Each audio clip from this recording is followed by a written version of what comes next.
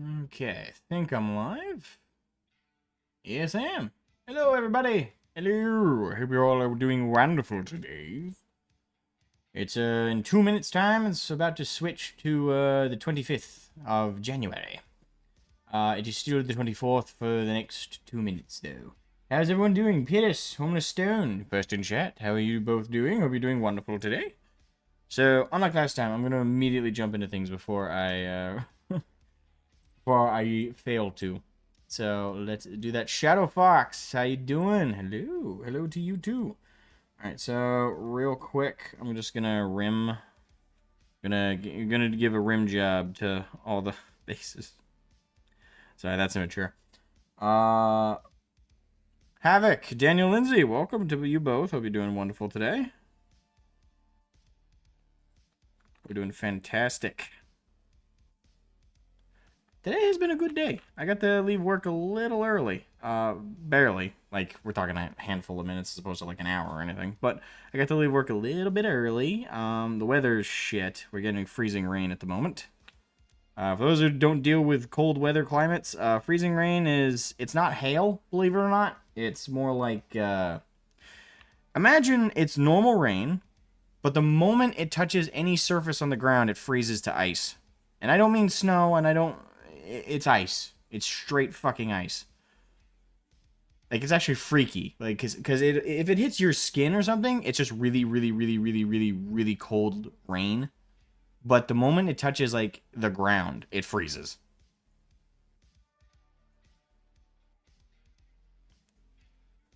I learned the hard way that Southerners or people who are used to warmer climates don't ever experience that. So whenever you explain that to them, they're like, so it's like snow? No. Snow falls down kind of daintily, or like it whips with the wind, but it's already like crystallized. Freezing rain is still water till it hits the fucking ground. And then, like, instantaneously, it just turns to ice. So, it only happens on particularly cold days, or usually only happens on particularly cold days, which is what today has been. Today has been, right now, it's starting to warm up, believe it or not. It's, like, it's on its way up, but earlier, just a few hours ago, it was a bit lower. So hopefully that freezing rain will start to just be cold rain soon enough. Yeah, look, so we got a nice solid solid base coverage there. Boom. Auntie, welcome to stream. How you doing? Welcome, welcome, welcome. Doing good. Hope you are as well. I'm doing pretty good. Havoc. I'm doing pretty good. I got to come home a handful of minutes early. That's always a good time. Sleeting is what we call it down south. You guys call it sleeting? Do you even get that down south? Like, how far south are we talking here? Like, I'm thinking like Texas or Florida. You know, where if you guys get like half an inch of snow, you shut everything down. It's like all the government offices shut down, all the schools shut down. Kids are hiding in the basement and in the storm cellar, and they're praying to God that the evil white cocaine that's falling from the sky goes away. South Mississippi? Oh, damn, you're from Mississippi. Damn. You must get good food. I've had Mississippi grub. It's great. People give New Orleans actually, I might be a dumbass here. I was about to say something that might be stupid, but I'm pretty sure they're quite separate. But with Mississippi, I've had Mississippi grub before, and I've heard people like praise New Orleans food as well. I know they're separate, right? I'm not an idiot. I might be a little bit. Arkansas here. Are you an Arkansan? Okay. Can't confirm we call it sleeting. Yeah, we call it freezing rain. And it's not a fun time. It's not a fun time.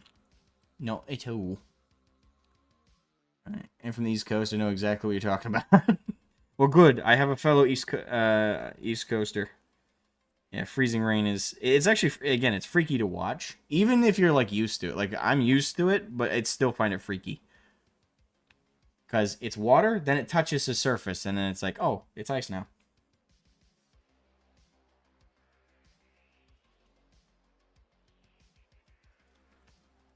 Yeah. So right now I'm doing just the rims of the base. I'm not going to do all of them at once. I'm basically just going to be jumping around while I paint. So I'm going to be like, doing this for a few minutes, and then I'm going to switch to like back to doing the skin tones. Just going to jumping around, not doing one thing for too long because I find if I do one thing repetitively for too long, it like dulls me out a lot faster. So, kind of split my time up, jump around. Jump around. Hey, jump around. East Coasters, weird people. We are weird people. We are very weird people. I will not deny that. I don't think we're weirder than Midwest and West Coasters. Y'all are fucking weird. I'm sorry, but y'all are. Like, you go to the West Coast. Have you seen pictures of, like, Hollywood and, like, Seattle and places like that? Like, sorry. I don't think we're weird by comparison. We're bitter and untrustworthy, and we are very untrusting people here in the Northeast. But we're honest about it. You go to, like, Hollywood and places like that, they're like, oh, we're, like, an angelic place. And then you're there for 5 minutes, and you're like, there's drug needles on every corner. Don't know if I agree with that summation of things. A Yank saying y'all right is strange to me. It is a bit strange, yeah, I'll admit. I'm probably one of the few people around where I live who say y'all, but it's because I'm a redneck. And believe it or not, even up here, up north, the rednecks still say y'all. We're the only ones up north that say it, though. Like, you go to a city as even if you're a northeastern born and raised redneck, you go to anywhere and you say y'all and it's like a city, people look at you weird. They're like, who the fuck are you? What are you doing, bud? Back off. It's like, well, I'm just saying hi, y'all. It's like, well, yeah, well, go shove the y'all up your ass. Now order a Sam Adams and fuck off.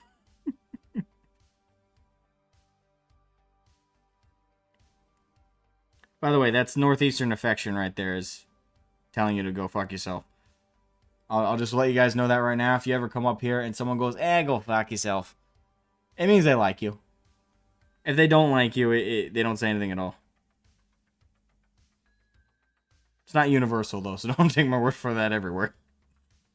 Yin's gotta learn how to y'all. Yin's gotta learn how to y'all. I'll work on my southern accent, sorry. Because I'm totally gonna have to use it, because I totally live, like, south. God. I hate how white that looks, and I know logically when I apply the wash, that's gonna look a lot better, but still looks kind of rough every time. Doesn't help it's very watery at the moment. I'm not being too careful with it, because everything that I'm painting onto that's not skin, I can just paint over. That's the upside with, like, the painting process, is you start with the most prevalent color that you have to cover everywhere. And you can be a little dirty with it, and then you can go back through and just fill in over the spots where you went a little too far over for the smaller details. Basically, you get more careful the more you go on. Yeah. Winter Joe, welcome. Good evening. Good evening to you, too. I hope you're doing well. I'm assembling my revivers as I'm watching you. Nice. How many more do you got to assemble? I hope a good chunk. By the way, today, this afternoon when I got home, my phone got bombarded with a bunch of, like, replies and stuff to my video earlier about the BattleTech stuff. Oh boy, I got some real... Now, I'll say this before I go any further and talk about the bullshit. Honestly, I was kind of surprised by, like, the positive responses. Like, there was a lot of positivity. Now, I tend to get lucky with that most of the time, but it's still nice to get so many, like, notifications for it. YouTube, for some reason, like, historically, even when I have a video that does objectively get a lot of positive comments, for some reason, YouTube regularly just notifies me about all the shitty ones. It's like, yeah, you just got like 58 comments that all said, yeah, man, I really like the video. I totally agree. But we're going to notify you about the one comment that called you a jackass. It's like, thanks, YouTube. Thanks, YouTube. Much appreciated. Because that's the comment I wanted a notification about. But yeah, I got a couple notifications, and one of them is definitely a Woko that's like, so you have a problem with your hobby being invaded? Like, what exactly are you so afraid of? It's like, you didn't pay attention to the video. Okay. I responded to that person and try to lay it on as pretty clearly as I can, but when someone's willfully not paying attention to what you have to say in a video, I don't think a comment's going to make it any more clear. By the way, we have 13 people watching, but only 4 likes. Come on, guys. Let's up the likes. You know, show support. I always love to see it. Yes, I know I'm doing that YouTuber thing, but I kind of have to. Unfortunately, that is how the YouTube thing work. You gotta do all the YouTuberisms. YouTube notifications never have worked. No, they fucking don't. They do not work. I think the reason I always got highlighted like all the negative comments, like historically, is because YouTube algorithm is kind of built for that. It does highlight the negative comments because I think it's trying to show you the comments you're most likely to respond to. Hey Jenny, how you doing? I only just got here and I hadn't had a chance to like yet. I fixed it. Yay, thank you. I appreciate it. Much appreciated, Les. Much appreciated. Alright, so gotta get her neck. I will say, these guys are going to be the most frustrating thing to paint because they're the smallest. Once I move on to the Berserkers, I think I'll have a better time. Angron will probably be the most fun to paint, but he's also going to be frustrating because he has a lot of small details on him. Honestly, like one of the easiest models to paint, period, just by looking at it, not necessarily painting it myself, but I can tell it's going to be an easy paint job, is Gilliman's model. Especially if you put on like his helmet. If you don't do his head, like his exposed head, that's a really easy model to paint. I'm sorry, it's basically a big space marine. Like the hardest part is the sword. And even then, you can easily cheese that shit to make that look awesome as hell. Although I find that fitting. Like the Primarch of the Ultramarines, the bog standard Space Marines, is the easiest of like the big HQ models to paint. It is fitting. I'll give it that. Fitting and fair.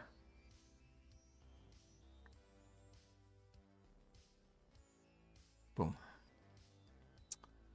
I hit the like. I appreciate it, Hunty. Bro slipped into mob boss clean nice. I saw something earlier about my accent. Oh, okay. Hunty said, your southern accent is more entertaining than Hollywood's exaggeration. I think my southern accent is a Hollywood exaggerated version of it. Like, I tell you what, y'all. Things are really bad around here.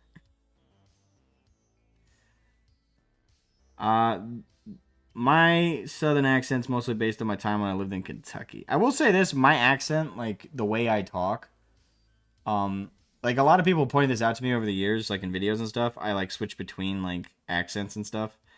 Part of that is, like, you know, I'm just a quirky guy. But another part of it is I've lived a lot of different places. Like, I've lived in Kentucky when I was a kid, a little bit of time when I was, like, a baby, and also when I first started high school. I was born and raised here in Maine, which, you know, got the Mainer accent, Northeastern accent. I apparently, according to my mom, but I was really young, so I don't remember it. But apparently, we lived in New York for a while. Well, I remember parts of that. I remember parts of the New York part. I don't remember where we lived before that. I'm trying to remember where she said we lived before that. But you know, I basically have picked up like 7 accents during my childhood.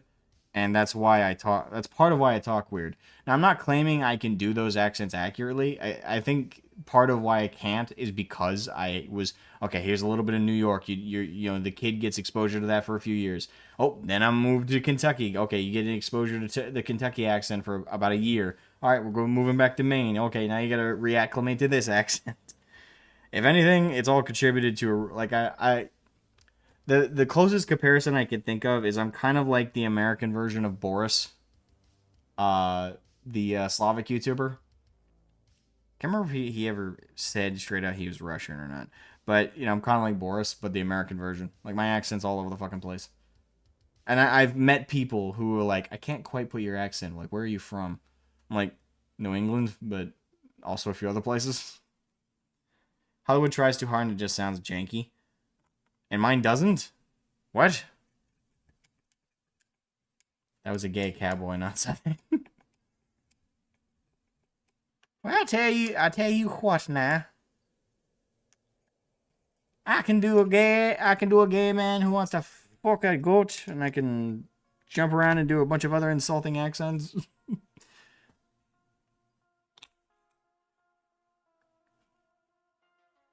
And I was going for Southern Belle, not gay man, but I suppose it's hard to tell the difference when a guy's doing it. I will say this. I will tell everybody this right now. So you see that little white bit right there? Don't do what I do. I make this mistake with my brushes all the time. So here's a little bit of a, I fucked up, so don't make my same mistake. Whenever I use, like, brushes and stuff, I always put way, like, you'll see, like, painting YouTubers do it all the time. They'll put, like, just enough paint, like, from the mid part of the brush to the tip. Me, I fucking dunk the brush in the paint. That's a bad habit I have, but I just kind of can't shake it. That's what makes it a habit. I do it all the time, so yeah. Have a good sleep, Winter Jolt. Yes, have a good one, Winter Jolt. Thank you for stopping by, my friend. It was good to have you. And I'm sorry I started so late. I only got home a little while ago. And I had to take a shower because I smelled like dirty dishes. Shocker. As long as it's funny. Fair enough. Missed the armpit. There we go. Okay, so that's another one down. You were born in Ohio, raised in North Carolina, Colorado, and California. The Southern shows up when I'm stressed. I think I've heard it before. Not like when we've been in VC before, Jenny. I think I've heard it before. Not often, though. You're drawing a kobold while listening and chatting. Like a D&D kobold or like a Warcraft kobold? Or a different kind of kobold that I'm not even thinking of. I'm curious. Well, that's cool. Alright, let me do the D&D kobold. Ooh, nice.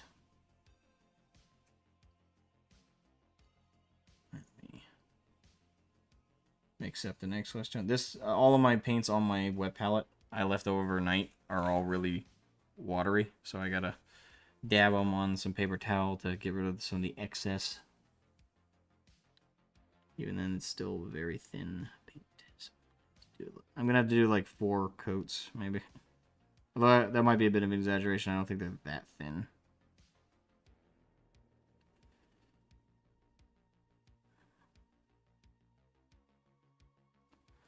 Ooh. So, as for topics to bring up, curious to get everybody's take on this one. So, this is not 40K related. Actually, do I want to broach that one? I don't know. It feels kind of silly. Nah, I'll skip that one for now.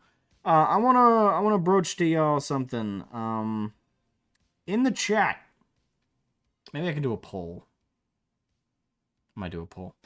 But before I do a poll, just kind of general asking this question. So I've kind of announced this on a few other streams and videos and stuff. Well, I think it mostly just streams. I gotta do another video to mention it. But I'm planning, I'm in the works and it's pretty much ready to go. We're just waiting on a couple assets for art and stuff. But I have a podcast I'm putting together with a couple other 40K content creators. I will say this, don't expect like big names, like not Arch or anybody big like that. There are other content creators around my size or a little bit smaller. And they're really cool guys. I think you guys might know Nico40K, although he hasn't uploaded in a while. And the other one is my friend Nathan X2000. He's also got his own channel. Again, kind of an upload issue. Both of them are procrastinators, a little bit like me. I think a little less so though. Or sorry, a little more so procrastinating than me, and I'm a little less than they are. I would make that defense. But yeah, we got a podcast coming up. So the question I have is, what do you guys think? The theme of the podcast is, for the most part, 40K. Though I'm not sure if we'll just stick to 40K every time we do a podcast.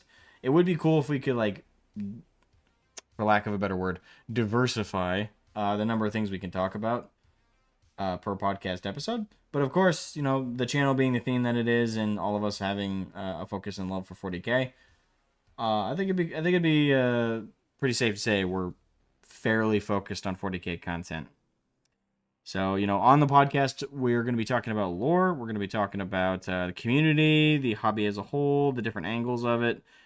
Generally, just, a bunch of friends talking about it from a lot of different angles. We're going to be talking about problems with the hobby space. We're going to be talking about the community stuff. We're going to be talking about drama, wokeism, all that. But we're also going to be talking about the positives. We don't want the podcast to just be about covering the latest drama, because I already do that as it is at the moment. You're going to try Kingdoms of Amalur Kobold. I'll try a Kingdoms of Amalur Kobold, but those ones scare me with their faces. I'm going to have to look up the Kingdoms of Amalur then, because I don't remember what that looks like. But curious, it frightens you. It might be compelling. Jenny says, yeah, I'm pretty sure when I'm trying to keep you and Bad Gamer alive at the same time. She's talking about FF14. I sometimes started to sound a bit Southern Belle more than Angry Cat Girl. Hey, I don't mind. And who's to say those are different things? Sci-fi and fantasy generally? Quite focused, yes. I would say. I'd say that's probably what we'd branch out to the most is, like, we might talk about Lord of the Rings and stuff, on a given, like, off episode. Although I had to talk to the guys. I don't know how off of 40K they want to go. And obviously the audience, especially with the name of the podcast and the artwork and the initial episodes we're planning right now, are going to be expecting 40K every time. But, I think it's fun if we can go a little off that sometimes. So, yeah, right now we're still in the playing stage. Sure, sounds fun. Okay, awesome. I think it's a great idea. You guys are sharing 40K, and it could help all your channels grow. Exactly. And that's one of the beauties of, like, working together and doing collabs and stuff. And it's actually one major thing I've kind of wanted to cultivate in my time as a creator on YouTube is kind of a creator kind of collab network. Yeah, partially to grow. I'm not going to lie. Obviously, you work hard on YouTube videos, you make YouTube content. Obviously, you want to grow. But it's that, and it's also, having cool guys to hang out with, chat, and bounce stuff off with that I know, love the hobby from the same angle I do. It feels great to have that. So, yeah, we're already set to do the podcast. At this point, again, we're just waiting on assets. So I won't spoil the name of the podcast. I want that to be revealed with the first episode. And I will say this: it is pre-recorded. It's not going to be live. That's not to say we'll never do live episodes. We might do live episodes for like Q&A with the community. We might do live episodes for like special guests and stuff like that. But especially initially, we're planning on doing pre-recorded, and it's going to be on this channel. We're not making a fresh channel for it for obvious reasons. But yeah, we're in the works. We're in the works. I'm super excited for like the art assets we're working on, because the artist we have working on it, her name's Teodora7 on Twitter and stuff. She's a pretty awesome person. She's not super into 40K, but she didn't need to be, obviously. And she's a friend of mine, and a very close friend of one of my co-hosts, Nathan. I love her to death. She's great, and her artwork's pretty good. I will say it's not like super photorealistic though. So, but again. Yep, we got that all coming up. So be on the lookout. Be on the lookout for that. I've been wanting to give it a listen. Most of the podcasts I listen to for 40K have largely just either gone to let read the latest codex route, which I don't like. I don't think we're going to be doing that. We're going to be more... I will say this. Don't expect a very serious tone from the podcast. It is going to be mostly like friends shooting the shit and talking hobby from different angles. The beauty of our little setup as a group is the diversity, again, for lack of a better word, or variety. That's a better word. The variety of perspectives, because out of the three of us, we're three different types of 40k hobbyists. So me, obviously, I'm big into the miniatures, and I'm big into painting, and I'm big into going to tournaments. Like I like the tabletop side of the out of it, and I'm also big into the lore. I basically cover all the three pillars of the 40k fandom, and the fourth pillar also being like video games and stuff. I'm into all of it. I'm into every angle. So that's me. I'm like the all-rounder. Nathan is solely from the video game and like fandom side of it, but he's not into the tabletop. He's not into the miniatures. He's just into like the other media products, into the setting itself. And when it comes to his lore knowledge, I won't speak to it overall, but I would say like generally he's less in tune to like the more minute stuff. He's more into like the broad lore. He definitely knows more than like the average tourist for sure. And but it's like very specific things like for example, he didn't know how Sigismund died. Like when I made my lore video on the Black Templars, he was surprised by that. So, you know, to give you an idea, he's familiar with the broad strokes. He knows the Chaos Gods and almost that. But mostly the perspectives he's offering is like the casual, non-tabletop hobbyist, and more like the setting hobbyist, the lore hobbyist, the casual hobbyist almost. And I don't know if he'd be mad at me for saying casual. Casual is probably not the right word, but I'll use that term. And then there's Nico in the group. Nico is kind of the in-between between the two of us. Nico is a lover of the lore, and he's also somewhat casual enjoyer. Yeah, that's a good way to put it. He's a somewhat casual enjoyer. Yes. Now he's passionate about it and loves it, but overall, I'd say I'd argue he's more casual than and certainly more casual than I am. But Nico's kind of a cross between us. So Nico isn't as far into the lore, into the tabletop side of things like I am, but he's starting to get into it. At least I believe so. I'd have to double check on that front. So he's starting to get into the tabletop side of it, and he's interested in getting the tabletop side of it. But he's, you know, mostly familiar with the video games and the lore from a casual sense, like Nathan is. So he's kind of like the midway between the two of us. So that's kind of like the setup from each of us for the podcast. You have Nathan, who represents like the casual enjoyer. You have Nico, who's the more moderate, kind of not quite casual, but not quite fan, like crazy fan like me. And then there's me, you know, like I'm like the crazy fan of the group. So that's the setup. And I think that's a healthy mix of perspectives. And I think that will provide a lot of fun conversation. So obviously I'll bring up lore bits that neither of them will know. And you'll get their fun reactions to that. They'll be like, oh my God, like I didn't know that. Or there'll be a lot of shit posting comments about it. It's like, oh, well, that's fucked up, but it's funny.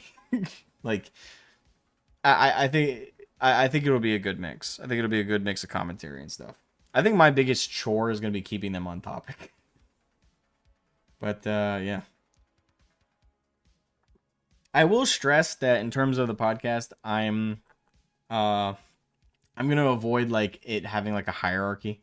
Like, I won't say that. I'll say this, it's on my channel, so obviously I have a little bit more. And I'm doing all the editing and thumbnail work and stuff. Like, I'm doing all the back end stuff. But other than that, I don't want the impression that, like, oh, on the podcast, I'm, like, the referee or I'm the guy running the show. Like I'm not in charge of them. We are co-hosts, and I do consider them on my equal level whenever we're having, like, conversations and stuff. I can't, like, mute them or I can't overpower them in the conversation. And I hope I don't give that impression when we start doing the show. So that is something I would like to stress. Is I'm going into this with the understanding that we're all going to be now they're going to overthrow you. They're going to try. they're going to try and bring me down, but I'm going to hold my ground, you know. Going to be inconquerable. I think that's a great way to approach a new 40k podcast. Yeah, casual isn't really a bad term. I'm kind of semi-casual, but I also love the lore. Yeah. And Nathan loves the lore too, you know? Like when again, that's why I'm not sure casual is the right term.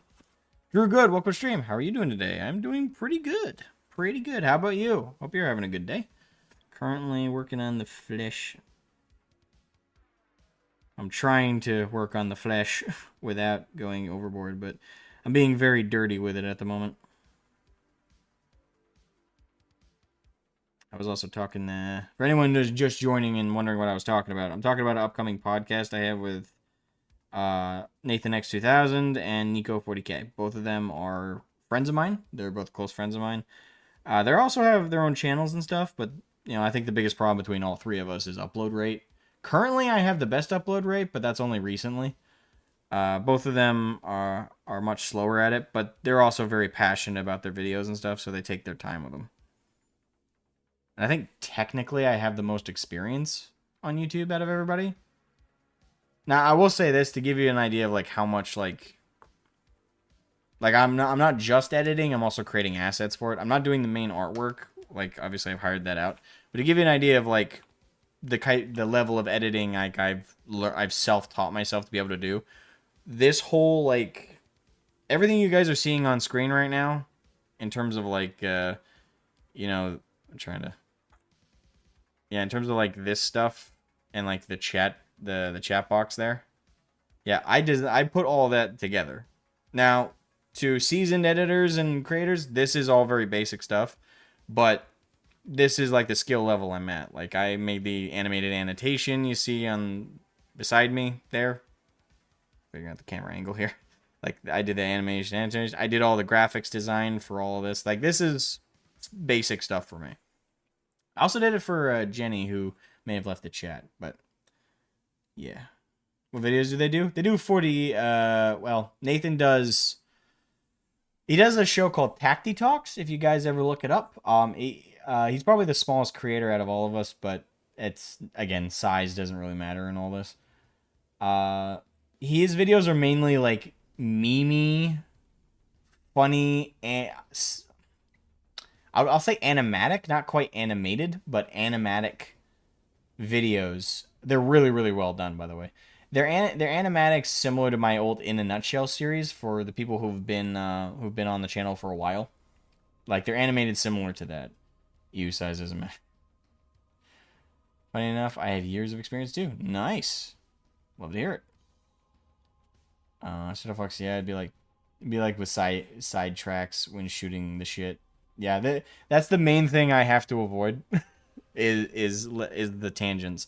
Now, obviously, it's a podcast. I don't want to like forcefully keep the conversation only on one thing, but we are making the episodes topical. So glad to see you're streaming my notifications. Hate when I'm wide awake and caught up on my watch later list. Well, hey, Lady Runesong. I'm glad the notifications actually worked for once. They tend not to most days. I've noticed. But yeah, so Nathan does like little tacti talks. They're very animatic and they're very entertaining. He hates his voice in them. I love it. He's kind of monotone and there's a dry delivery, but I think it makes it funnier, like the meme moments, because they take you a little off guard. Because he's very like, he's very monotone throughout the videos. I think that if anything, that makes them more entertaining. But he's very self-conscious about it. But generally speaking, if you guys ever get an opportunity, like look up his tacti talks. You look for a little like blood raven helmet with fucked up teeth and like bulging semi-realistic eyes. You found Tacti Talks. Again, he's very memey, very trolly, and that's kind of the entertainment of these videos. They're very, very good. He made a video on Dark Tide way back when, before it came out, and he also did some coverage about the Space Marine game and the new one, and talked about the old one. And in that, there's a very funny section. I won't spoil it, but there's a really, really funny there's a really funny like role play moment in it that's just too good. So I have to recommend that. As for Nico 40K, some of you might know Nico. Nico, I think, is like, I gotta double check his size. Hold on, I'll do that real quick. It gives me a second to let this guy dry. But Nico. He hates that, by the way. Actually, no, he's the one who makes that joke too. So never mind. I don't know why I said that. Helps out a bunch in life. Yeah, Nathan be the shit poster for sure. Yes, he is very shit posty. So it's called 40K. Does that mean collect money or gain 40 killers? Damn you. Nico from GTA. No, it's Nicho. Nico 40K. I think it's all. There he is. Yeah. So he's a lot bigger than Nathan, but he's smaller than me, subscriber wise. He's at 2.42K. That's why I think some of you might know him. It's Nico 40K. It's his artwork. His like avatar is like a skull, and it has the Icelandic flag in both the eye sockets, and then it's got like a. I don't know what that kind of hat is called, but it's the hat with the flaps on the side. Yeah. So if you guys have heard of him, Nico 40K, he's got his own content. Again, upload rate wise, he hasn't uploaded a video in 8 months. Naughty. And he hasn't gone live, at least according to this, ever. So yeah, that's Nico. Why is he from Iceland? He is from Iceland. Fun fact, he eats shark there. That doesn't surprise me, especially with his personality. Again, I'm kind of hoping they don't watch the stream. I don't want to get in trouble. But anyway, that is some news for you guys. That is upcoming. Again, we haven't even agreed upon the topic for the first episode yet, and we're still waiting on art assets to get underway. But once we have that, like, be on the lookout. We will have the podcast will be going up on this channel, so hope you guys are eager to see that. Hasn't uploaded in 8 months. Assume he's dead. Trust me, he's not dead. I talk to him every day, and I see him on webcam, so I know it's him.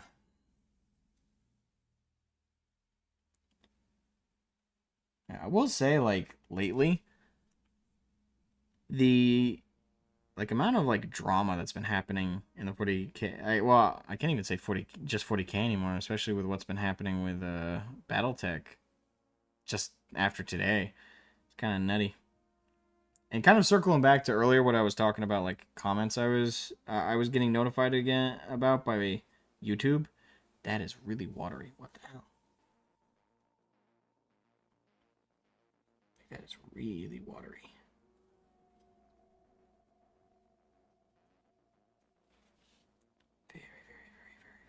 Very watery.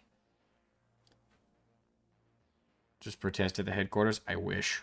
I do actually want to go to England at some point. Mainly want to go to visit like my friends there, like Nathan. But it would be nice to go there and just go outside GWHQ and just flip them off. Then be escorted away by British police as they rant at me and drinking tea.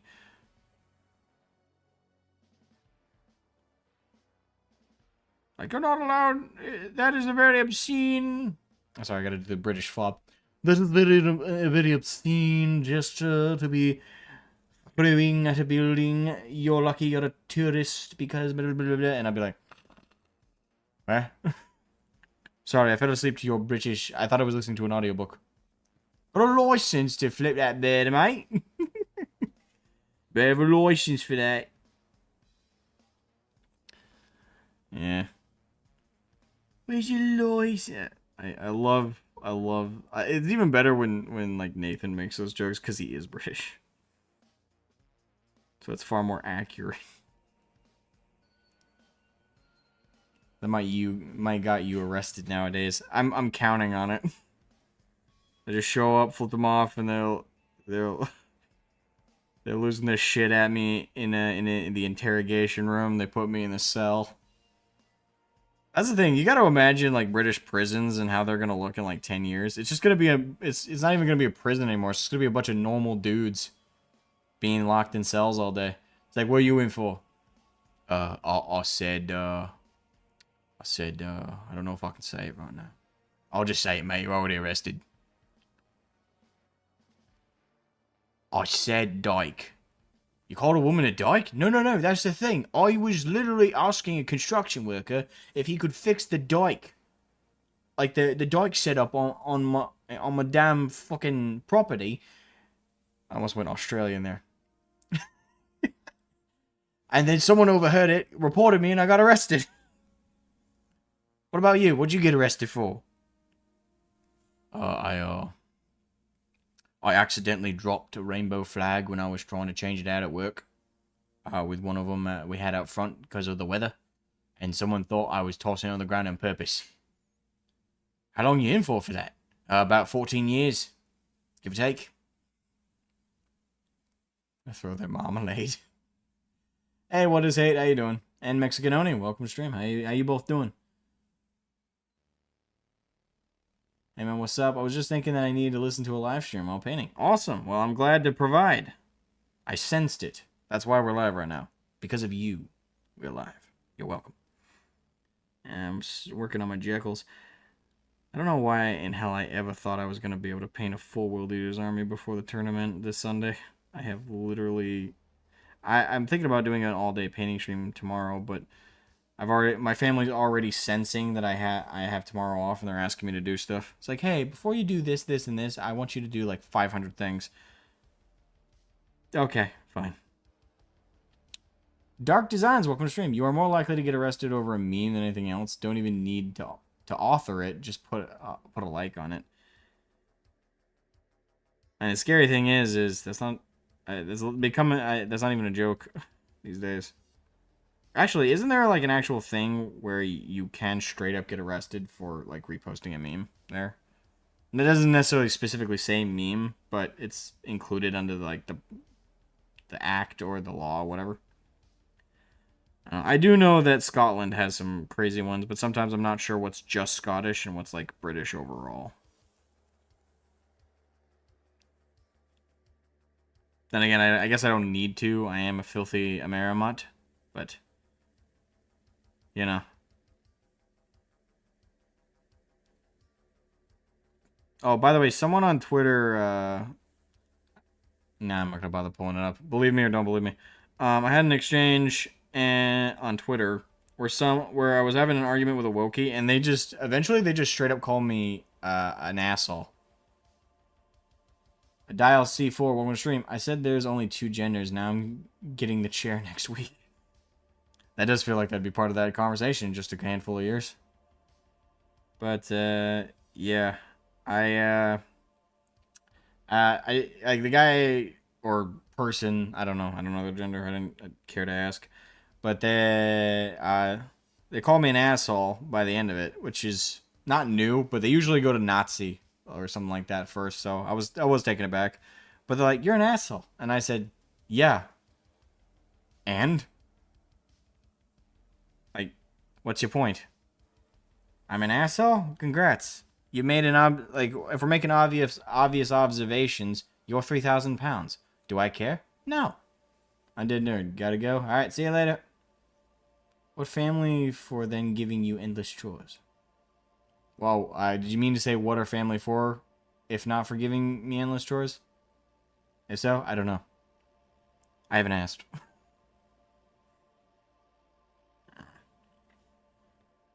I'm not too bothered by it. I just gotta, I gotta clean out the chicken coop. That's one of my jobs tomorrow. I gotta shovel off the deck from all the ice that we're getting tonight. That's gonna be the fun part, because they say shovel off the ice. It's really chisel off the ice. Especially if it doesn't warm up during the daytime. Just enough that I can really dig under it. Might have to just drop some salt on it and then get back to it like hours after. Yes, violation of the Communication Act of 2003. It's that old? Wow. I made one mad when my reply was just, say it ain't so. Yeah.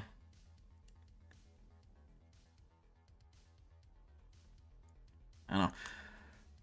I living in the Northeast my entire life. Again, we're kind of like, we're calling back to like all the conversations of this stream. But, living in the Northeast most of my entire life. Most.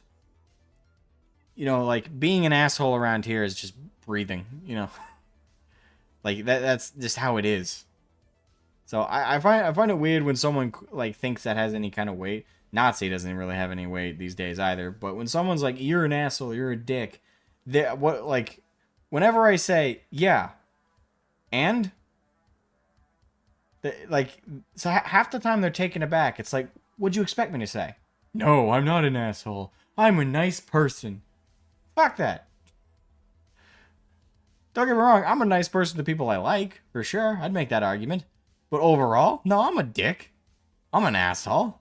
I'll cut you off in traffic if it means I get somewhere just slightly faster. Absolutely, I'm that asshole. I won't run a red light, but I'll flip you off. I'll flip you off if you flip me off, you know? I'm an asshole. I don't deny it. Also, I'm petty. Like, you want, like, mature responses to situations, especially, like, with, like, 40k and stuff. I'll tell you this, guys, right now. Go to Arch. Don't go to me. Like, I will go low. I will act like a child. If I will go low. I've done it before. I will do it again. Now, generally, I try and be succinct and, like, very efficient and verbal with with my thoughts on my videos, but you can go to my Twitter. I can show you numerous examples of me just being a dick. Do I regret any of it? No. Am I sorry for any of it? No. Will I ever be? No. Surprise! Again, that's just, you know... Ta-da! I don't know why anyone would ever think that's, like, a gotcha on me. You're an asshole. Yes. Absolutely. I'm proud of it, if anything.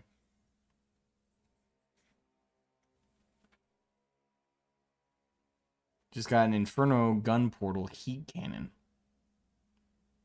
What? Just got an Inferno gun portal heat cannon. That is so like metal to say. Like, say that, like, you say that in any room, like, immediately testosterone levels increase. An Inferno gun portal heat cannon. All the women in the room grew dicks. And are now saying we should all fight for the Emperor. All the men in the room look like they're on steroids.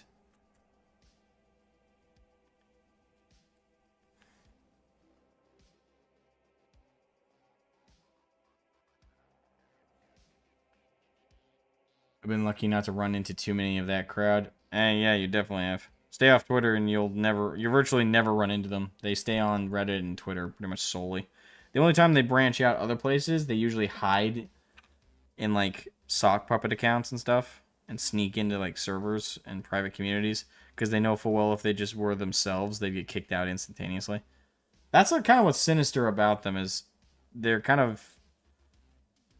Like, they on some level know they're complete and utter insufferable cunts. So they have to sneak on places and pretend to be other people. That happened with me with, people might recognize this name if you've been, like, listening to my videos lately. But, like, there was this guy named Jack Frost on Twitter. Super hardcore lefty. Absolute fucking psychopath. I invited him on my open mic because I was hoping to, like, entertain all y'all with, like, a psycho. Obviously, if you see my Templin Institute fan interview, you know what, like, the format of that was going to look like. Clown show. But I invited him on. He didn't take the bait. He didn't come on. He said, "You're going to edit me out of context." No, I don't need to. I don't need to edit you out of context. You are a walking piece of entertainment on your own, you psycho. But didn't take the bait and continued to whine and bitch on Twitter. Eventually, I stopped talking to him. Then he tried to get all my friends on Twitter to stop following me and shit. Later in song, I think he was the first Warhammer goon to block me. Nice. You want that guy to block you. You know, it's good he blocked you, because what he said to another female member of my community, her name's Syl. When he went, this is what's kind of fucked up. He blocked me, and then he went to my follower list, and it's Livestive so? What? I'm not sure what you meant to say there, but he went to my followers list after blocking me, and then, like, chased down my followers and tried to get them to unfollow me. He went after Tehedora7, who I mentioned earlier is doing, like, the artwork and stuff for the podcast that I'm working on. Awesome lass. Amazing girl. He tried to go after her, and she told him, and he tried to show, like, he cherry-picked some screenshots where I was being mean to him, because, you know, asshole. I admit that. And again, if anything, I'm proud of it. But I was teasing him, and he screenshotted that out of context, where he was being just as much of a dick, and then showed it to her and say, "You follow this prick? You should unfollow him. This guy thinks women shouldn't be in the hobby, blah, blah, blah. And she told him what for. She said, fuck off. Like, your cherry-picked screenshots mean nothing to me. I know Asmo. I like him. He's one of my friends. Thank God she didn't say, he's not an asshole. Because I would have had to jump in and correct her. But, so his response to her saying that is, oh, you're a waste of space piece of shit, too. Or, like, a waste of space and human filth, too. Something like that. And he said that to her and then blocked her. And then he went after Syl, which is another member of my community. And Syl is, for anyone who knows her, she is like the mama goose of everybody. Like I'm an asshole. She's an angel. Like, I know that because I'm an asshole. I know what an angel looks like. If there was an angel in human flesh, it would be Syl. Always tries to find the peaceful conversation. Never gets petty. Never throws insults. Never tries to like be sanctimonious and put people down. She only ever makes solid, logical, logistical arguments when she's against somebody, and otherwise she's sweet as cherry pie. One of the nicest people you will ever meet in your entire fucking life. And she calmly responded to him when he went after her as well to unfollow me. And she simply said, listen, this screenshot is clearly taken out of context. It's clearly not correct with the person I've gotten to know over the years. And then she made arguments against his push for female space marines. He said, listen, that's not consistent with the lore that's been established for a very long time. It's not necessary for women to get into the hobby. As a woman who's in the hobby, I'm interested in the Sisters of Battle. I love the Sisters of Silence. I love those things. Those things cater to me just fine. I don't need female space marines. And there is no need to add them in. There is no benefit to the hobby. She was very flat with him and very graceful for them. His response to her, and I'll read it verbatim. This I can still find. In fact, I saved it recently because I was going to put it in a video. I didn't because of how horrible it is. That is still being argued over. Oh my god. Yes. This was back then. This was a while ago, too. This was almost a year ago. No. Hold on. I just want to find it real quick. Don't worry, I'll get back to painting. If anything, I'm letting that dry right now. I have too many screenshots, I'll tell you that right now. Alright. Nope, that's not it. That's Bits Hammer calling women birthers. Good god, I have too many screenshots of these people being horrible.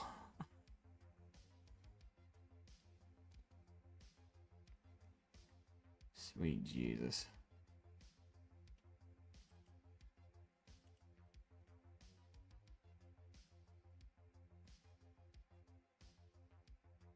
Well, I have so many. So I have a folder that's just screenshots of these people being dicks, and I'm still scrolling.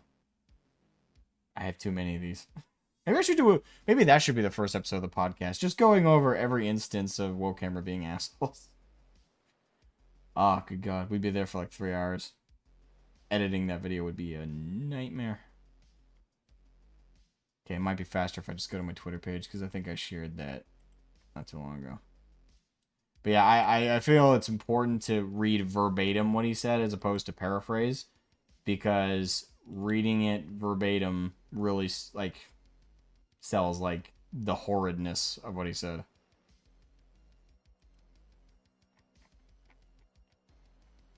Okay. Almost there.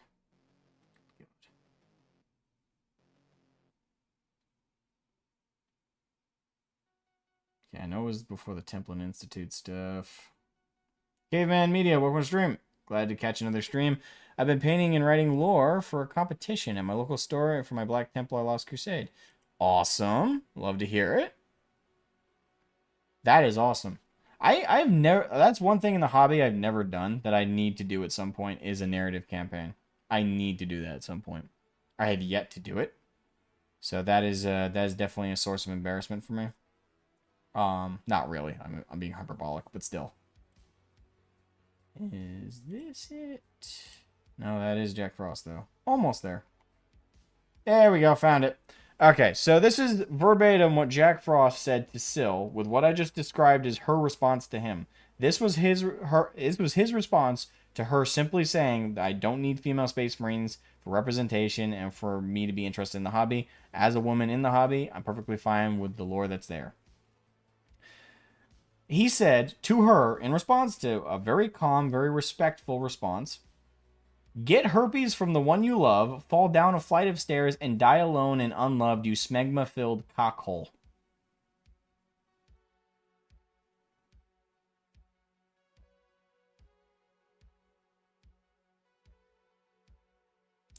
Don't believe me? Let me share. Let me show you guys. Let me show you. Let me show you. There it is.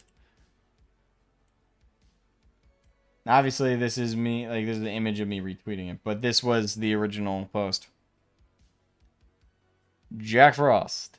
What did he say to a woman?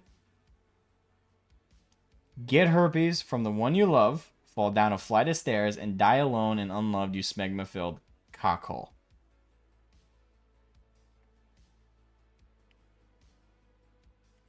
The tolerant left. Oh, God. Yeah, I went after him hard for that. There's a whole video on my channel just going over this douchebag. But but in relation to what I was saying a little bit before, though, part of why I brought him up is because Jack Frost, like I was talking about with like how they know on some level they're like unlikable assholes. He snuck onto my Discord server under the name Hot Fist, HAWTFIST, and to do it, I didn't know it was him, by the way. But to do it, I filter people I let on my server, and I asked them like a series of questions. I sensed it might be him, so I threw out the question. I showed a screenshot of what I just showed you guys, and I said, "What do you think of this person?" And he said to me, "Oh, that guy? Hey, oh, that guy must be an absolute asshole." And then later I found out when I was going through my DMs, well after I kicked him from my server because due to inactivity, he changed his name back. It was Jack Frost. So to get on my server to try and like dox me or some shit, or to try and find like a gotcha on my server, which he never found, by the way. Like there was no screenshots ever shared. So just so you know, he didn't find his gotcha moment. He tried though. Just to get on there to try that though, he had to call himself and acknowledge to himself he was an asshole. I have that screenshotted. It was the most beautiful fucking moment of my entire life. I will never forget what that dumb motherfucker had to do to sneak on my goddamn server. Oh, God. I got everything out of that situation. He got nothing. But yeah. I remember they call you, Michigans. What? Getting heavy buffering. I'll watch the VOD later. Is everybody getting heavy buffering right now? That was a mild one surprise. That was a mild one surprised he didn't say birther or something like that. Honestly, I think like telling someone to get herpes from the one they love and die as a smegma-filled cockhole is worse.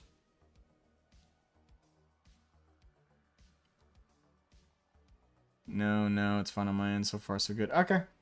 Nope, and I am in the UK. Okay, I guess it was just a problem Zoid was having. Good. Okay, well, I was worried there for a moment.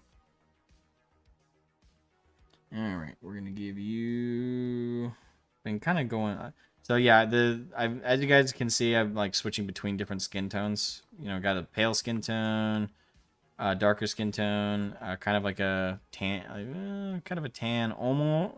It looks yellowish on camera, but it's a little bit more. So I'd say like if I had to say like a ethnic group, that skin tone looks like it's kind of like a tan, like a slightly paler Latino. Yeah, so I got that skin tone. And yeah, so kind of been switching between those three. I guess I'll do another pale skin tone. I'm making a very diverse group of suicidal maniacs. Well, they're not really suicidal, but they're trying to murder everybody, and their lives don't matter in the process.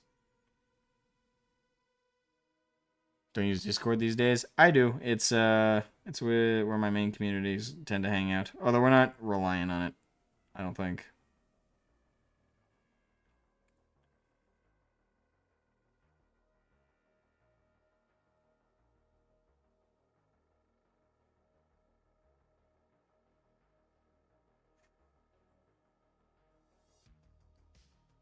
Watching on my phone. Okay. I did the same with my Chaos Cultists. Ah, yes. Diversification in blood. After all, corn cares not from whence the blood flows. Yeah, I'm just kind of bouncing around. I think it's more fun, too. It makes them feel more like a hodgepodge.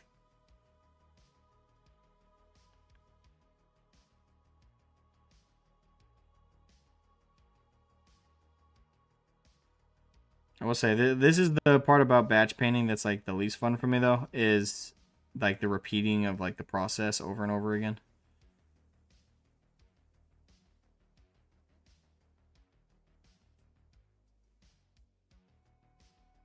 But it's necessary, especially if you're trying to paint an army up in a efficient amount of time. You kind of have to do it this way.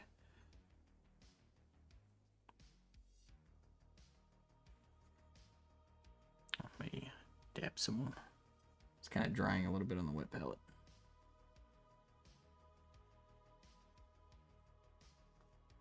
I got my basic lines of armor done on the kobold. I might do clean up later. Nice.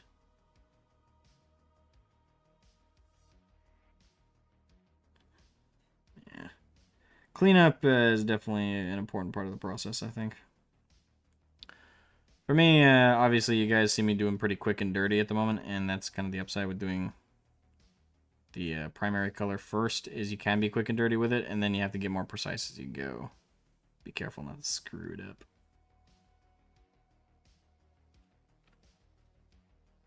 Hands and feet are so difficult to draw. I'd expect so. You know, I've done some artwork and stuff on my own as well. And I'll tell you this, I found it's easier to 3D model those things than it is, well, except for feet. For some reason, feet are really hard to 3D model for me. But, like, hands are super easy to 3D model. To draw? I don't know why. My brain doesn't work with it. But I understand that's a common, like, thing with artists, is hands are hard to draw. Like, I've heard, like, a ton of advice over the years of, like, how to do it. It's like, oh, draw a diamond, and then do this, and then do that. None of it really works. It's just my brain doesn't want to work with whatever the hell's going on with the hands. Maybe that's why AI is so fucked up with hands. Like, AI art. It's just as confused as we are. Which kind of gives me a little bit of vindication. It's like, even the fucking robots are like, how the fuck do you do this?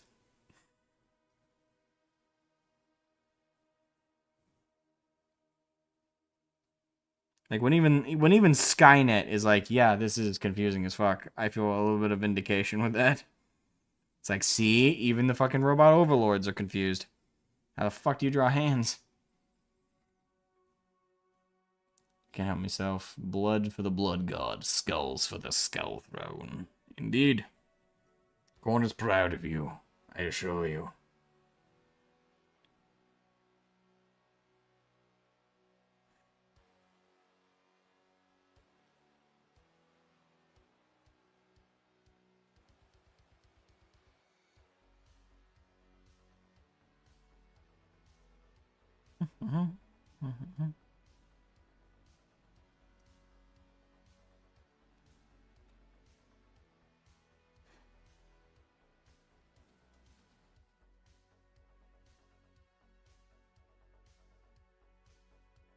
Boom.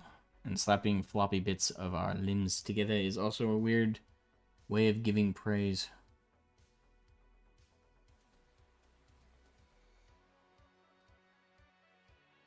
Oh, clapping. I was like, what?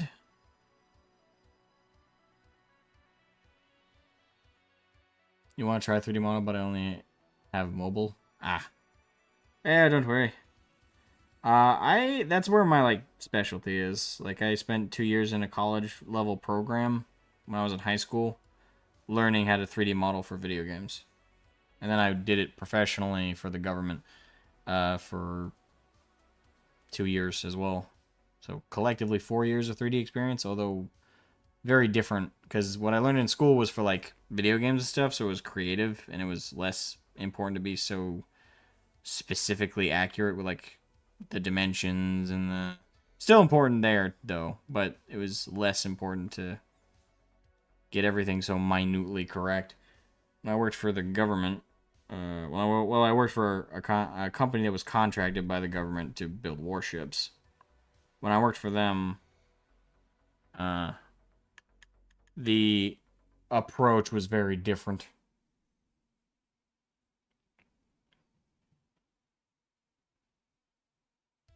So when the new Night Lords v Drukhari Kill Team box comes out, who wants a bunch of mandrakes because I want them Night Lords models? I don't collect Drukhari, but I think I know someone in the community who does, so I'll shout to you, Homeless Stone, if there's an actual trade. If you're serious about actually wanting to like sell those or give those out, I think I might actually know somebody who wants them. Although they're probably gonna buy the box too. Then again, they're probably gonna want a lot of mandrakes.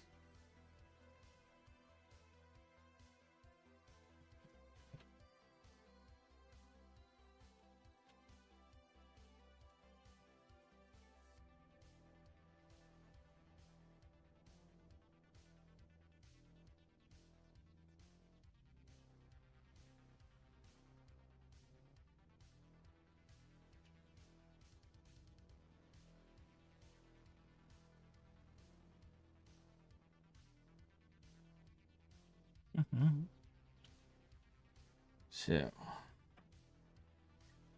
oh, here's a query for you guys. Here's a query. What is the best? Because I have my answer, but I'm gonna wait to hear your guys'. Because you guys might be surprised by mine. You might not be surprised by mine, but what do you guys think is the best secondary game to 40K? In the sense of games like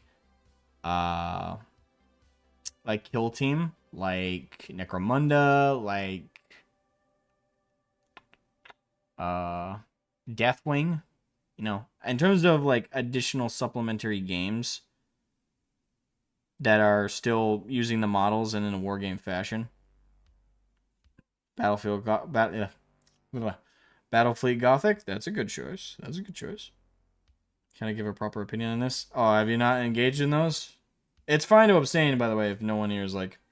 I will say if you've even played just one other one, though, it's fine to list that one. Even if it's only on the basis of, okay, that's the only one I've played.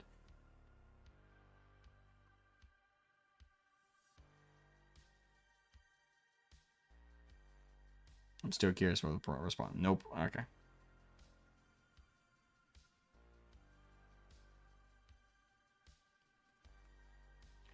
I enjoyed Dark Heresy and the one that lets you play Chaos Marines. Forgot the name.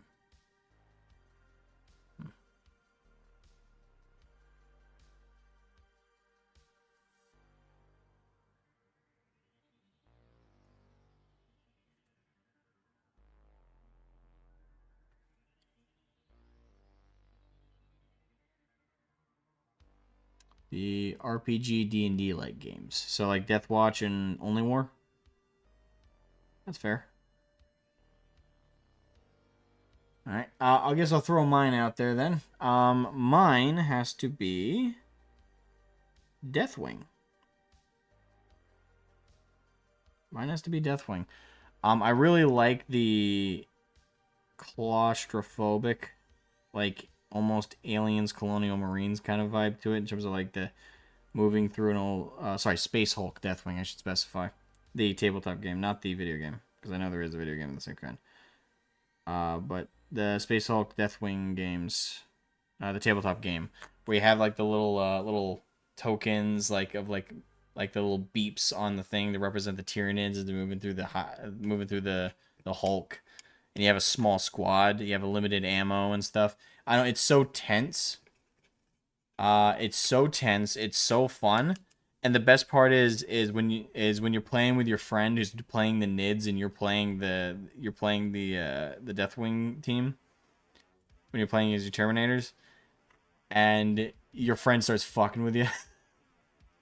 Like I'll tell you this, I don't have a Deathwing set.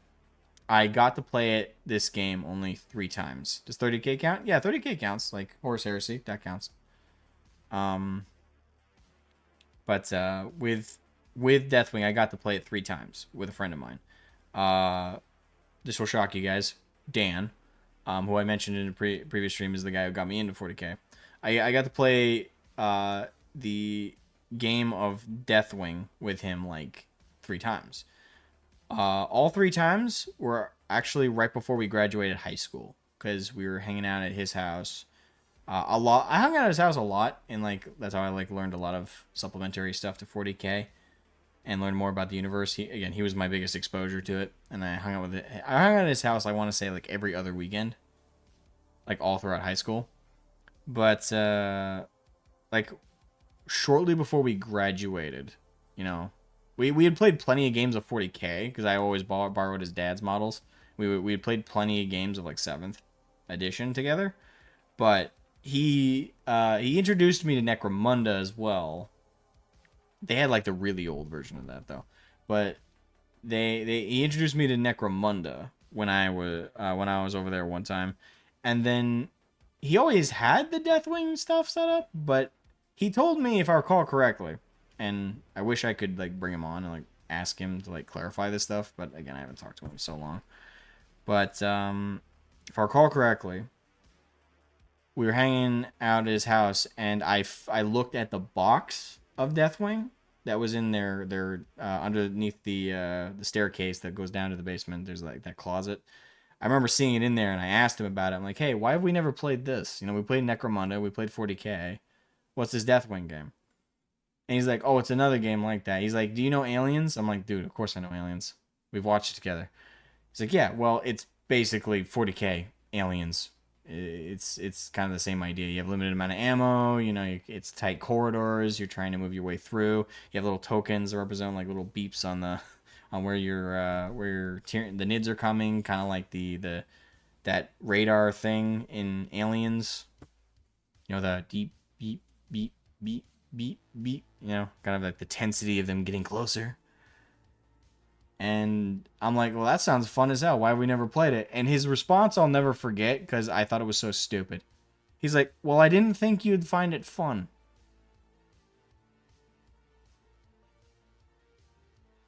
Now, keep in mind, up to this point, he and I had known each other since middle school.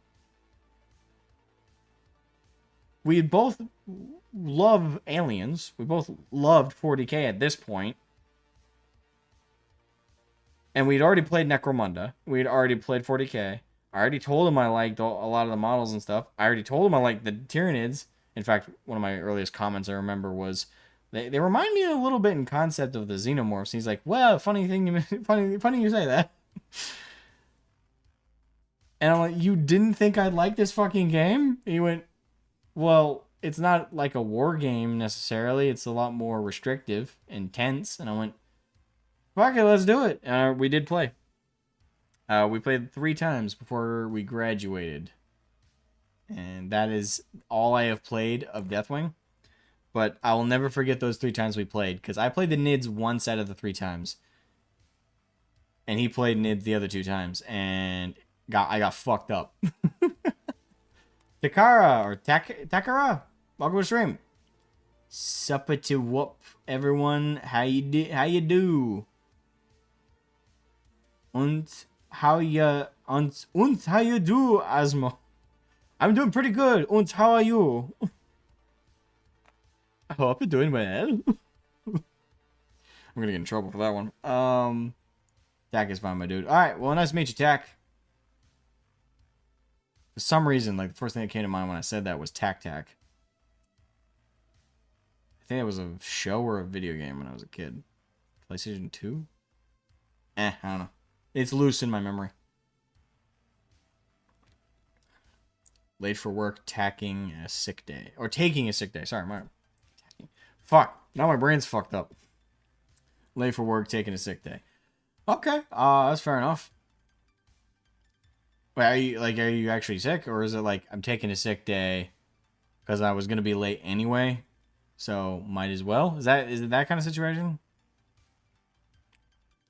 I don't know. I'm just curious. All right, so we got the skin tone on most of them. All right, so we got 3 more to do the skin for. Honestly, I really just want to make more progress on like.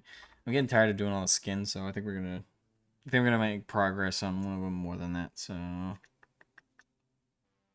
think I'll leave the pants black. We do got to get the medals. Sorry, I spell like shit. Nah, it's fine. Swedish.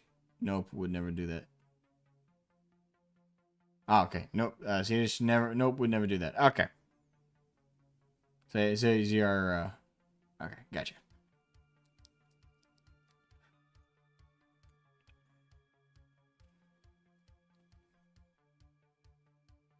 Okay. So what do I want to hit on first?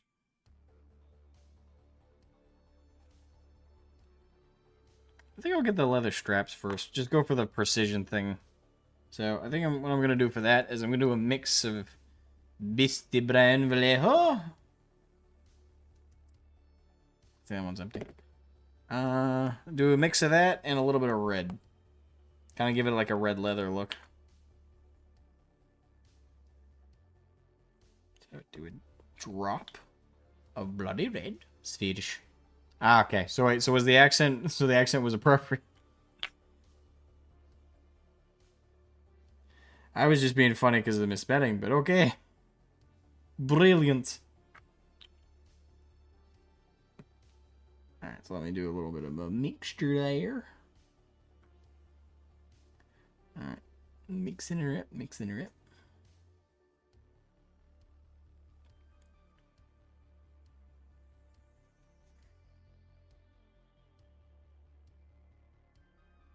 Yeah. I was planning to do an all day painting stream tomorrow, but again, like I mentioned earlier in the stream, but I got a bunch of chores I've been asked to do. So I might just do a painting stream tomorrow and then do the chores and then might do an open mic instead. Or, it depends. I'm talking to my friends about like playing some Dark Tide as well. Do you know I'd like to do a mixture? Maybe I should get a thinner brush than this. Screw it. It is not quite. Let me add a little bit more brown.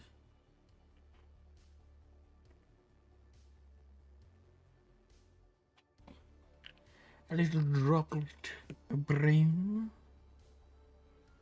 So I'm looking for like a red leather look, but keep it nice and laid back.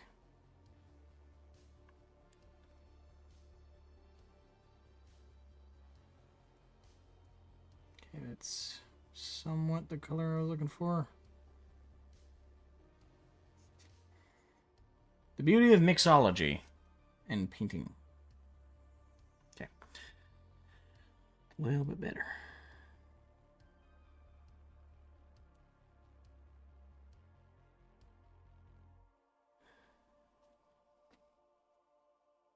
Swedia. Yes, he is Swedish. I cannot get the old Civil War song, I Want to Be in the Cavalry, out of my head like the past 3 days. Why is it stuck in your head?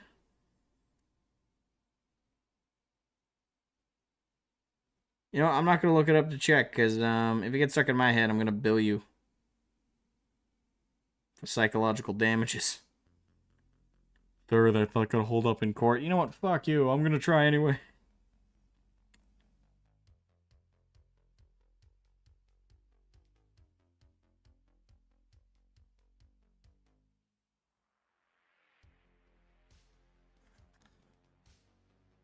I think I might have gone with the wrong color. That looks a little... What do you guys think of that color? That looks a bit off to me. Because I was going for like a red leather look, but it looks... it looks like a cartoonishly light brown.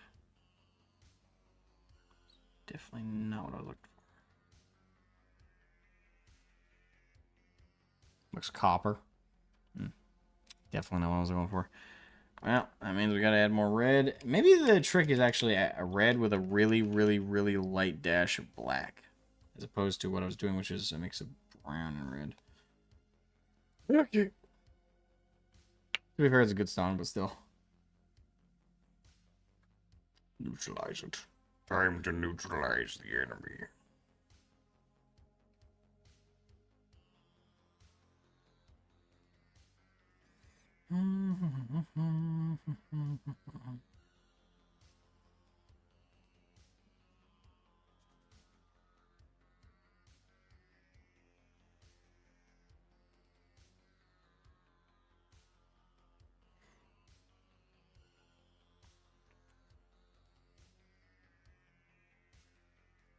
So let's try that.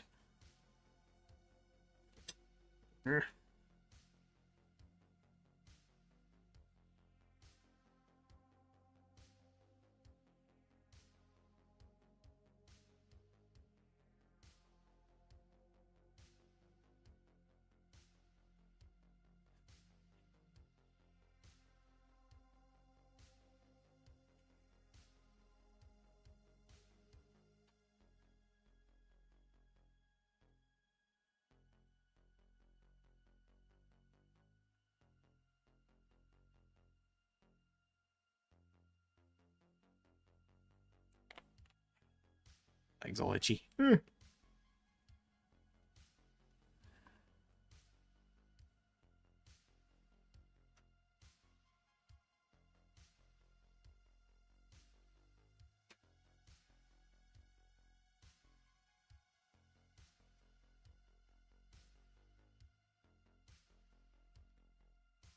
Or blue, maybe? No, I will not do blue.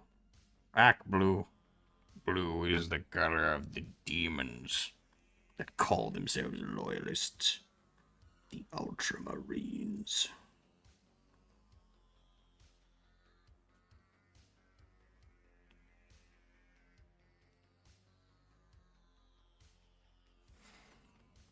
I'm not. I'm not. I got the Vallejo model color red leather, and I see light brown unmixed in it.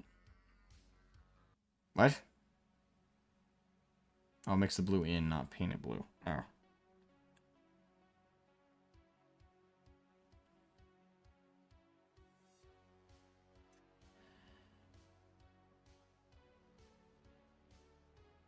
Well, maybe. I don't know. How's that look?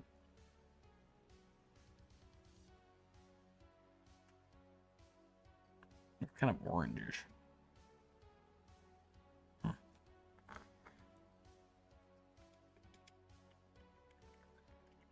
Well, I'm aiming for a reddish color. I'm aiming for like a red leather. Like it looks like a red leather. I'm watching on a phone, so it's somewhat hard to see. Ah, fair enough.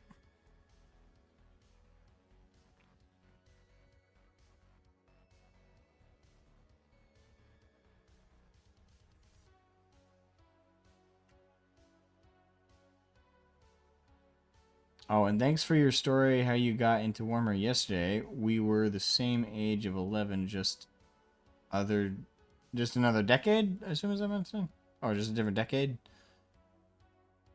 Yeah, and no problem. I hope that this story was enjoyable. I know it's I know weirdly enough, I know it's becoming like a more and more uncommon story and how people get into the hobby. Because most of the stories I've heard over the last few years have been like, oh, I got into it because of Astartes, or I got into it because of Bricky, or I got into it because of Arch, or a content creator of some kind. I always find it interesting when I hear that from people, new people kind of coming in. Because, like, when I first joined the hobby, most of the people I met, other than Dan, were similar stories. It's like, oh, I got in because of a friend, or I got in because of my dad, or my grandpa, or something like that. I don't know. Last few years, I hear less and less of those kind of stories of how people got in. Not that it's a bad thing, necessarily.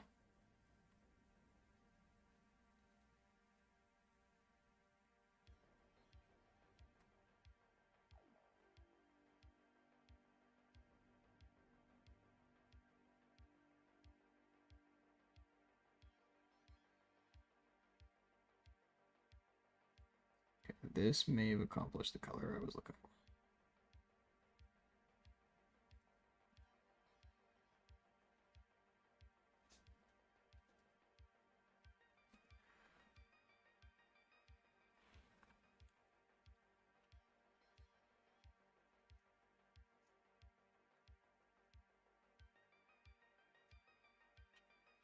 Very faint dash of red.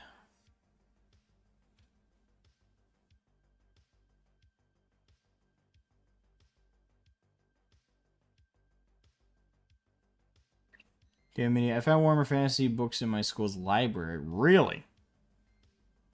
Well, I don't know if you're in the UK or not, so I don't know if that's common. I know here in the US, that'd be really weird to say. Like, game books or books related to games like that would not be allowed in a US library. US school library, I should say.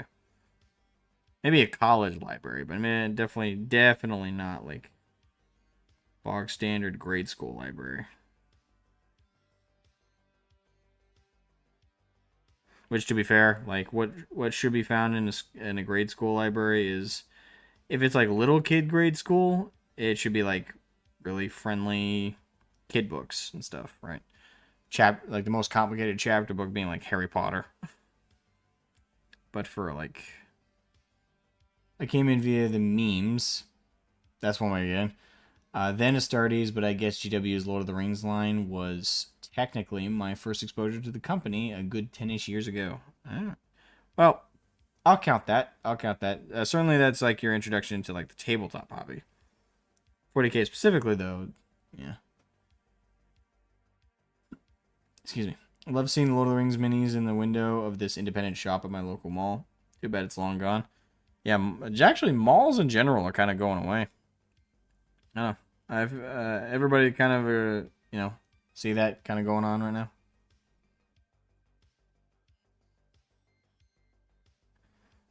Because I've noticed it more and more as like a lot of them. I think I'm just gonna stick with that color because I don't want to like fuck around with this too much. One already have.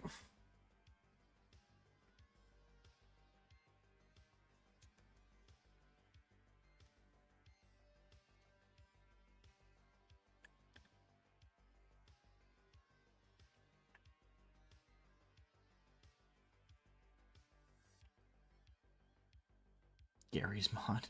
My friend's dad was a model freak at that age, and then I don't mean only Warhammer. He taught me how to cut plane wings from soft wood and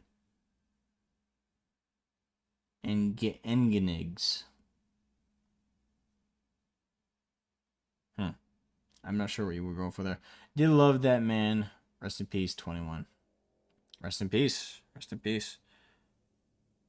Yeah, I'm pretty lucky. I'm pretty sure Dan and his dad are both still. I know his dad's still alive. I actually checked yesterday. His dad's still on Facebook.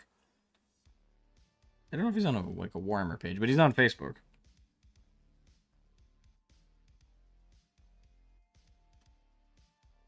I know. I felt awkward, like, sending a DM like, "Hey, Mister, meh. I was wondering like how Dan's doing. Haven't heard from him in a few years." I know. I felt awkward like doing that, so I didn't end up doing. That's what I was tempted to do that. Like just kind of like reaching out and be like, "Hey, have you heard from Dan? I haven't."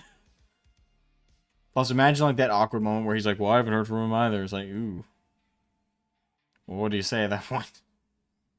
Motors? Oh, okay. You're going for engines. Okay. Bright orange, brick red. I think do something to deepen it. Well, I'm gonna add a wash to it. That should deepen it.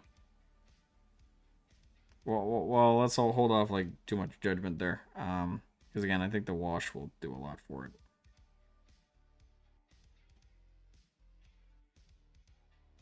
And if it doesn't, I can always I can always paint over the wash and clean it up some more.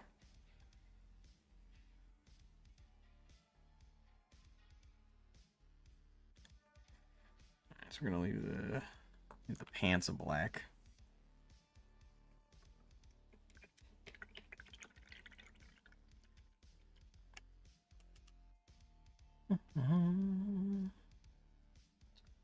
So now Actually, where's my corn red? Because that's like a specific red I want to use.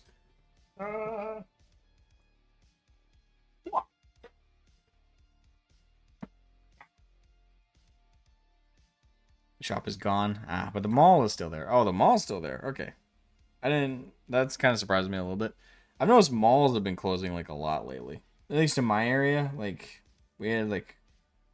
we've had a handful of malls just kind of completely closed down shop. Like, you have, like, strip malls and stuff that are still around. But, like, the big, like, walkthrough malls with, like, the Hot Topics and the arcades and, like, the... Yeah, that stuff's gone. Or starting to go away around where I live. Not a lot of people like going to the mall these days. So, makes sense. So let's do this. Apply our cornbread. Everybody make sure to eat their cornflakes. They're delicious cornflakes. I don't want to say it like that. Probably just best to do it by hand with a fine point brush. What?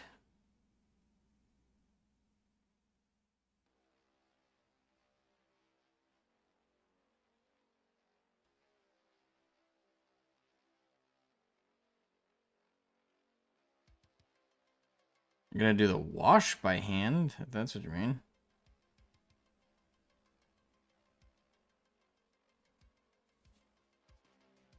These are basic infantry. I'm not... Oh, blood splatter effects.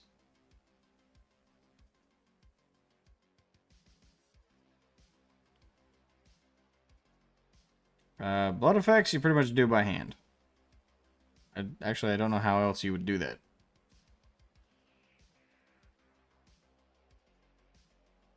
That's like the last thing you do. That's the last thing I did on my Mauler Fiend was the blood effects.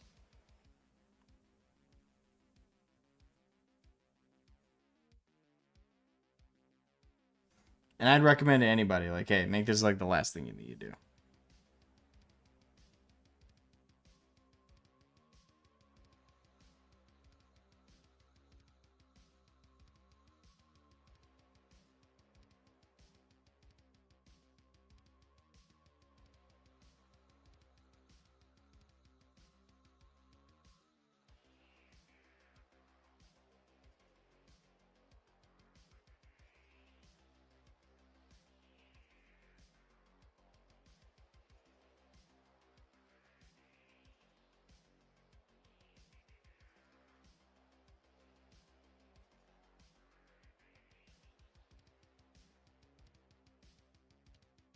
I commissioned a Rampager for my roommate's World Eaters for his birthday that's coming up. Well, damn, you must really like your roommate. I've never had a roommate that good. The only roommate I've ever had, what I got from him was change falling on my face because we had a bunk bed. And he left, like, spare change in his fucking pockets, and at night he would just sleep in his normal clothes because he was a slob. And fucking, in the middle of the night, I'd get woken up because a fucking quarter would find from his pocket, fall down, hit, like, the side bar of the bunk bed, bounce off it, and slam right into the side of my closed eyeball. And be like, ah! That would happen multiple times a night. Then the next day, he'd be like, dude, why do you look so tired? Didn't you get enough sleep? And I'll be like, no, I didn't. Because your spare change homeless ass is fucking dropping change on my fucking head.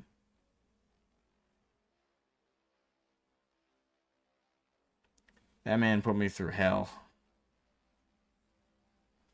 So take my thoughts for what it's worth. I don't think experience. Okay. Yeah, and the big factor is the big anchor stores shifting to online only. Yeah, that's happening a lot lately. We're entering a very, very, very different age than the one we all grew up. And for better or for worse. I think for worse, but not everyone agrees with my sentiments on that particular topic. A lot of other people seem to be like, hey, Skynet? Yeah, let's do it. How about no? How about we not do that? No. Come on, it'll be fun.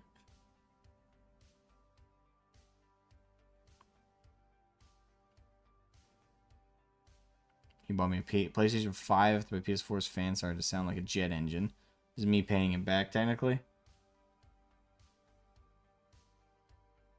Where'd you find your... I want to go roommate shopping where you got your roommate. What the fuck? Again, what I got from my roommate was Sleepless Nights. What you got from your roommate is a fucking PlayStation 5. I mean, what he's getting from you is a fucking commission mini. And I know my commission rates. I think I'm cheap. You know, my commission rates are pretty damn cheap. For HQs, like, depends. Like, I have different quality levels, you know, you want to paint it at. And I can charge all the way up to, like, 300 for a mini. If someone really wants me to go ham on a mini, I will like max quality that I can possibly render for like 200, 300 bucks. I got lucky with a roommate. We go along pretty well. Both games, both quiet, both pretty cleanly. Yeah, you definitely got lucky. As someone who had a roommate who was none of those things, except for maybe gaming, but he liked to play stupid games.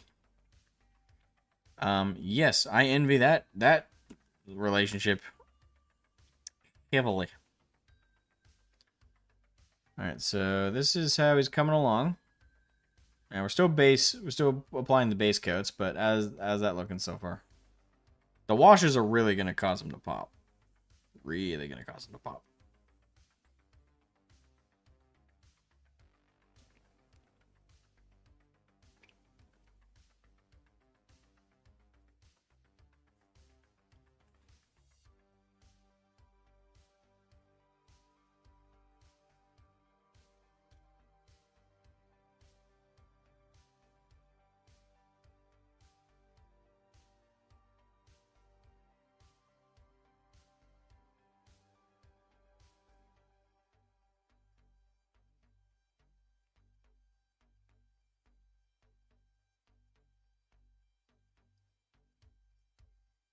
Never had the roommate who either refused to clean the kitchen or minge.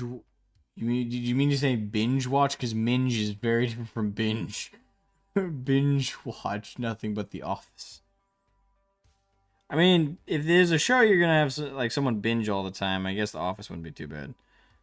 Like my mother, you know, I love her to death, but that woman binge watches two things like on repeat her entire life: Criminal Minds and Forensic Files. Like, you can sum up my mother's entire entertainment base outside of the rare occasional audiobook she'll listen to with Criminal Minds and Forensic Files. That's it. Just on repeat. She's rewatched all of Forensic Files, I want to say at minimum, like 20 times. And that's minimum. And I know it's more than that. I know she's rewatched and I mean the entire show. I don't mean, a couple episodes she's rewatched. No, the whole fucking show. Every episode, every case, every psychopath revisited over 20 times. And I think my dad wanted me to avoid becoming too much like my mother like that, because growing up, like, he caught me watching NCIS on my own time. And he got, like, mad at me. Like, he's like, why are you watching those shows? I'm like, because they're interesting. They're about horrible, evil things. It's like, yeah? You want to do those things? What? No. My dad was a bit paranoid. Now, before anyone judges him for that, it's not because of, like, you know, we are a Christian family, but obviously I don't really practice it too well. But it's not because of that. It's not a religious thing. For him, it was actually, without going into details that are unnecessary to go into, I have several older siblings, and one of them, I only have one brother,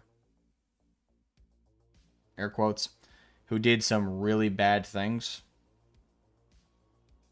like really bad things, criminal things, and I hate his guts through and through. And again, without going into nitty gritty detail, worse than thievery. I'll say that. Worse than thievery. This is an evil motherfucker. I haven't seen him in a long time. Don't want to. Fucking hate him. But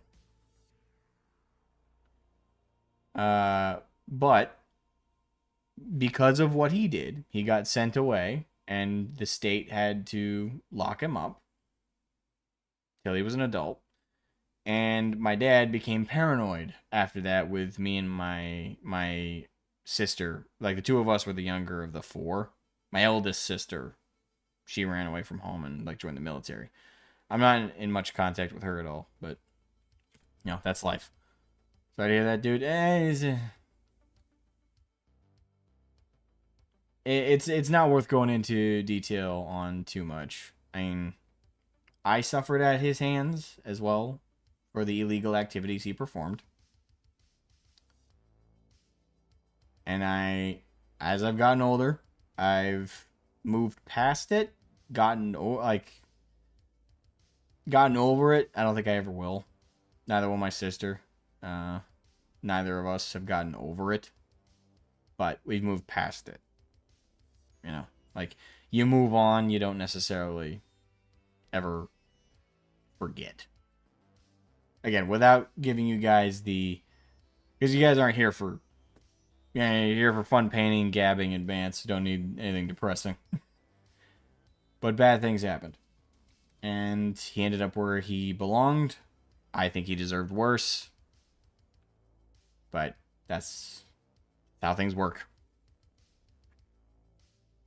So yeah, anyway, mini pinning. But yeah, my dad growing up,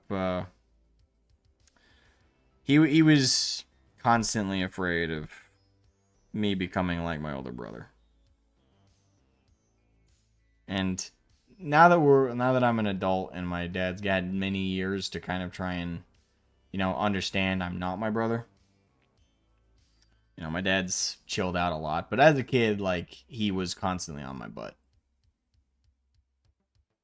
And a regular thing my dad used to do is, like, when I would misbehave or I'd screw up, he would just compare. He's like, hey, you know who else used to misbehave? And then he like list off my brother, because my brother's name was a sin in the house for a long time. So, yeah. Wasn't great being compared to such an evil person, but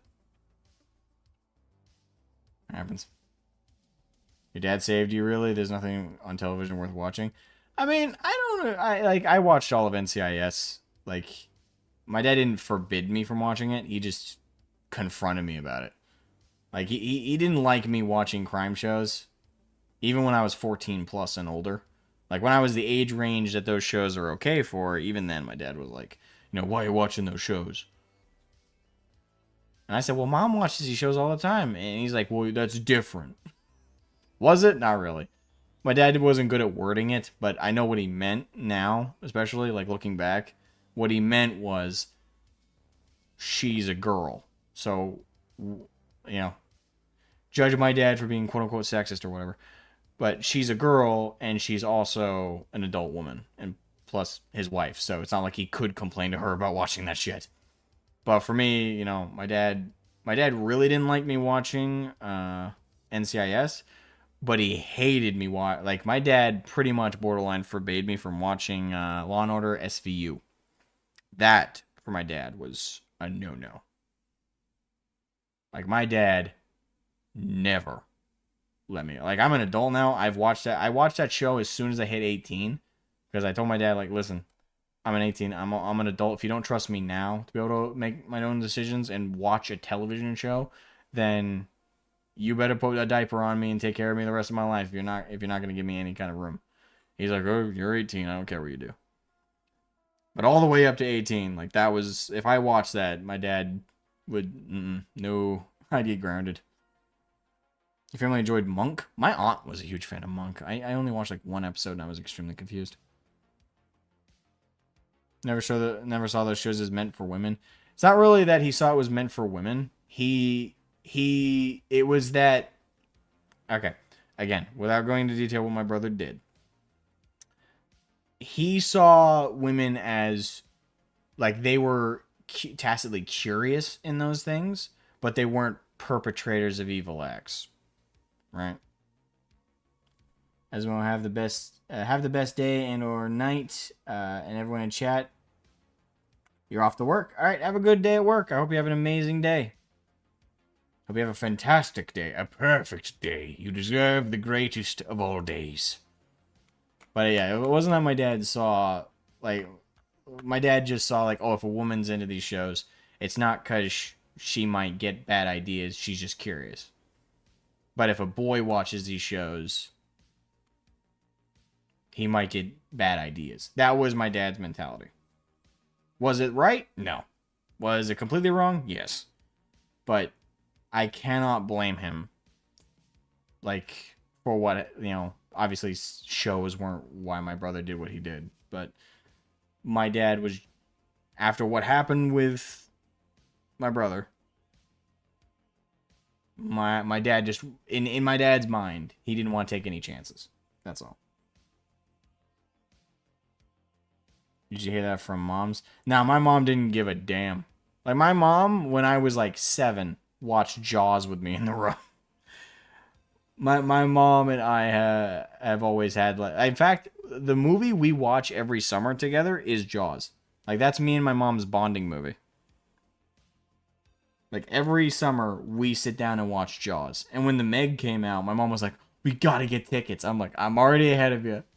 We were super excited. My dad got dragged to the theater. Also, me and my mom used to debate horror films when I was like 15, 16. She's like, "I really, really like Psycho. Psycho is like one of the best horror films." I'm like, "Mom, no. Friday the 13th, not the first one. But, Jason Goes to New York. That is one of my favorite." Now, obviously, I don't think that now. But at the time, that was like one of my favorite horror movies. And she went, "Really? Really? That movie? Come on. What about Saw?" I'm like, "No, no, no, not Saw. Saw is a gore fest. It's not a horror film." She went, "That's pretty horrifying." I'm like, "No, it's not. It's gross. It makes me want to vomit. It doesn't make me want to run away."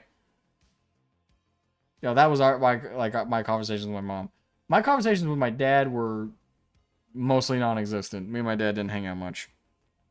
The big bonding thing between me and my dad was video games. Like, my dad introduced me to Warcraft 3 as my first video game because I saw him playing it when I was like 5.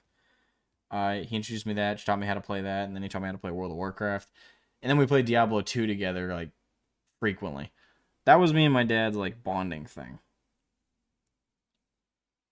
Other than that, my dad is kind of a old school, super closed off emotionally, doesn't like to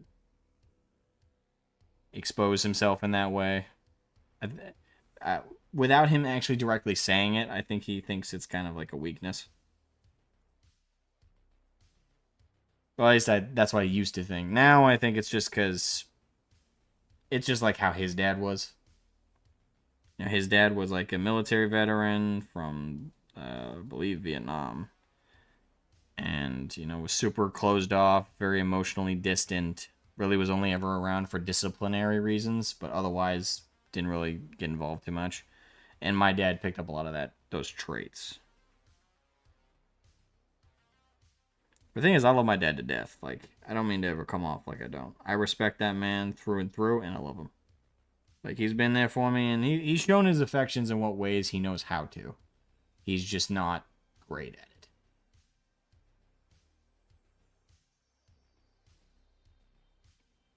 But he doesn't need to be.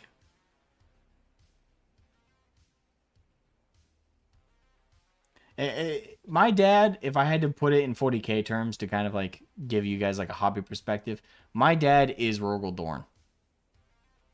Stern, stalwart, immovable, stubborn as all fucking hell. But underneath the iron exterior, there's a good man.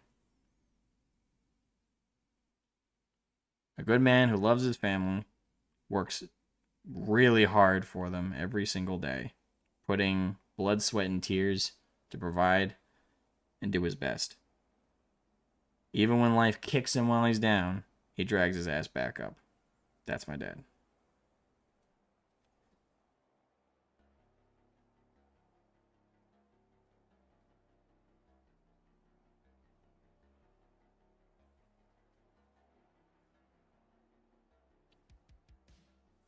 Based mom, yeah. You weird usually from moms. I'm curious how you got that skin to be that dark. My attempts always end up either looking like a gussied up corpse or super sunburnt.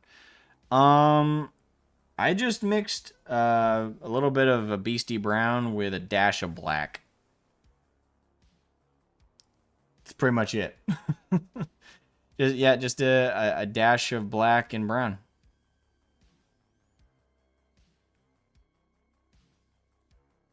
Oh, it kind of just lightened up. I don't know why. Maybe the black's kind of separating from the brown a little bit here.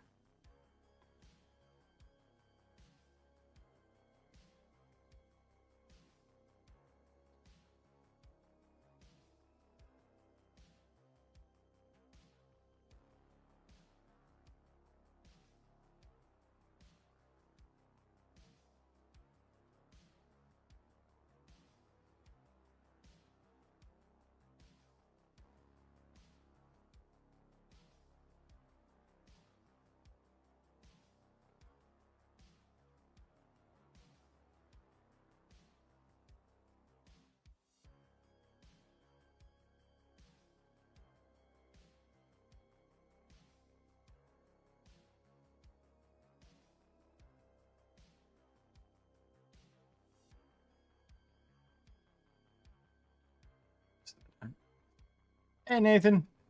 Rodon comparison makes the whole Black Templar fascination make more sense now. I suppose. But yeah, like that's part of it for sure. I won't deny that like part of my love of Rogaldorn is kind of a transfer of love from my own dad because they're pretty identical people in terms of like how they are. Not very emotionally open or close with anybody. Very stern, very stoic, and when they're like the one time you really get their emotion is when they're enraged. Like that's when you really see their emotion. Yeah, it's pretty much again, Rogaldorn is pretty much a perfect and analogous of my dad's personality. To a T.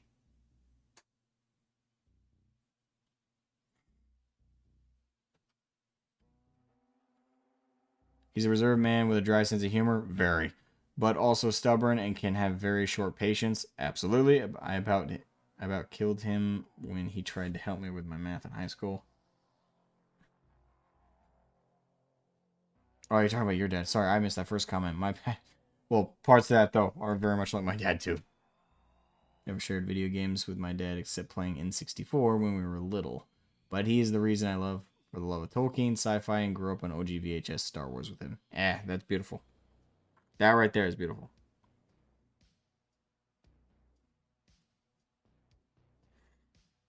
Oh, crap.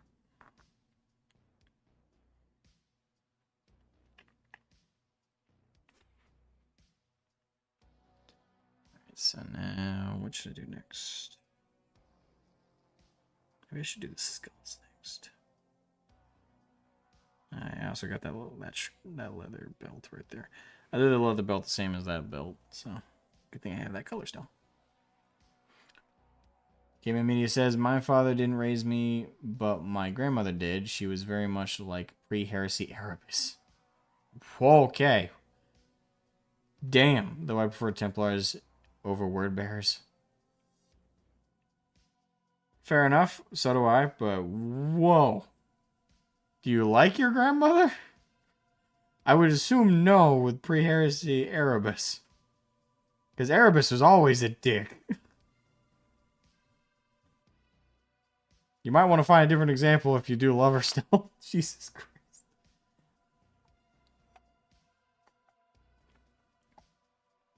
Excuse me. Pierce says my dad's an engineer and grew up in Idaho, farm boy. Yeah. I'm growing up a Maine farm boy. That's very cold. Yeah, strip.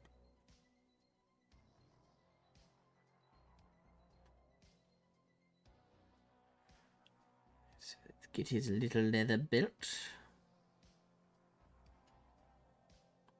I'm kind of hoping the brown wash looks good.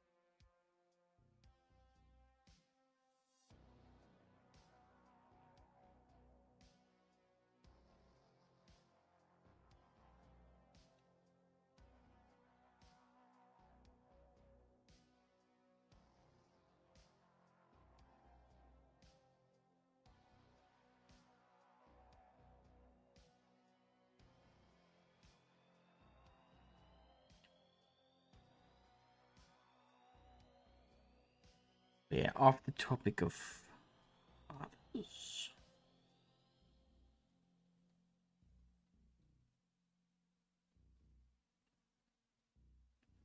very careful here. I don't know why I'm whispering, but I'm trying to be very careful.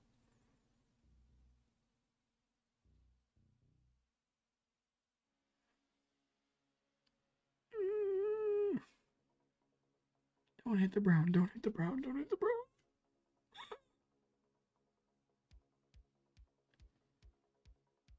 Oh, I guess I'll ask this in the chat. I think I'll head to bed now. Happy painting. All right, thank you for joining, Lady Runesong. It's always a great pleasure to have you join. I love it when I see you.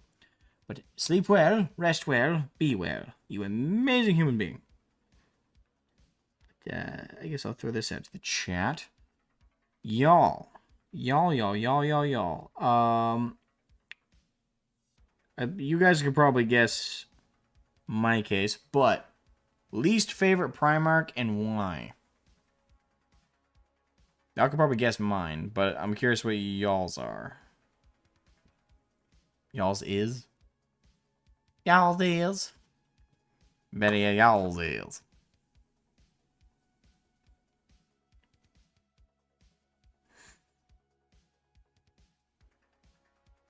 Actually, no.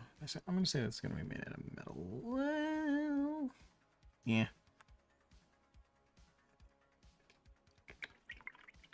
Yes, I did love her. Nurgle gave her a blessing about 15. Eee, sorry. Religious dogma was one of her flaws. Ah, okay. But it gave me the strict way I run my life now. I suppose that's a positive to take out of it. It's good to see you're a healthy kind of like compartmentalization of it. Just don't practice religion. Fair enough. I do. But I don't ever pressure other people to. That's the thing. I'll never understand like other religious folk that do kind of push this stuff. I know is in the Bible it does say to like proliferate the religion, but personally, I feel like all the resources are out there for those who are interested to give it a shot. If I'm ever asked about like faith and stuff, I'll share, but generally I don't see the necessity of it, like pushing it. I have my faith and I leave it at that.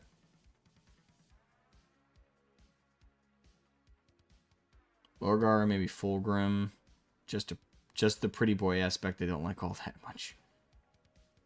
Okay, so for you it's as simple as like you're not a fan of the pretty boy thing.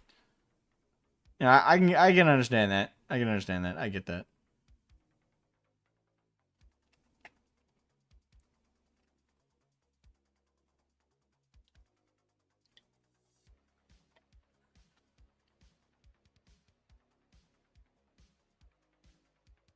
Alright, Havoc says, least favorite Primarch, either Lorgar or Gilliman.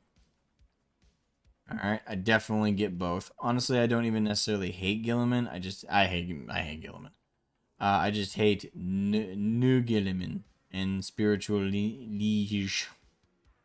And Spiritual Liege. What? I hate Gilliman across the board, personally. I've explained why in the past. For me, the big reason I hate Gilliman is how he treated Dorne. Like I go over in my Black Templar video, the lore, and it is canon, despite what's some like Ultramarine fanboys have said, well, it didn't happen like that, or that straight up didn't happen in the lore, or it didn't happen like that. Yes, it fucking did. It's in the canon lore how Gilliman treated Dorn and what he did to take the throne. Suck my dick. Hope all you want, Ultramarine fanboys. And that's the thing. I don't really. I know Calgar and Titus from the Space Marine video game. Those are the only other Ultramarines I know of. Titus is the only one I like, and he's nothing like any other Ultramarine. So he's the least Ultramarine ever. So that's probably why I like him. Calgar, I don't really like Calgar at all. He's actually pretty Ultramarine-ish. And Gilliman, I fucking hate. So honestly, like, I play up my hatred of the Ultramarines, like, on stream and stuff. But I'll tell you this, I don't play up my hatred for Gilliman at all. If anything, I try and keep it under wraps. Dark Design says, I would say my least favorite Primarch would be Perturabo. That's a fair choice. I'm assuming it's because of the petty man-baby shit.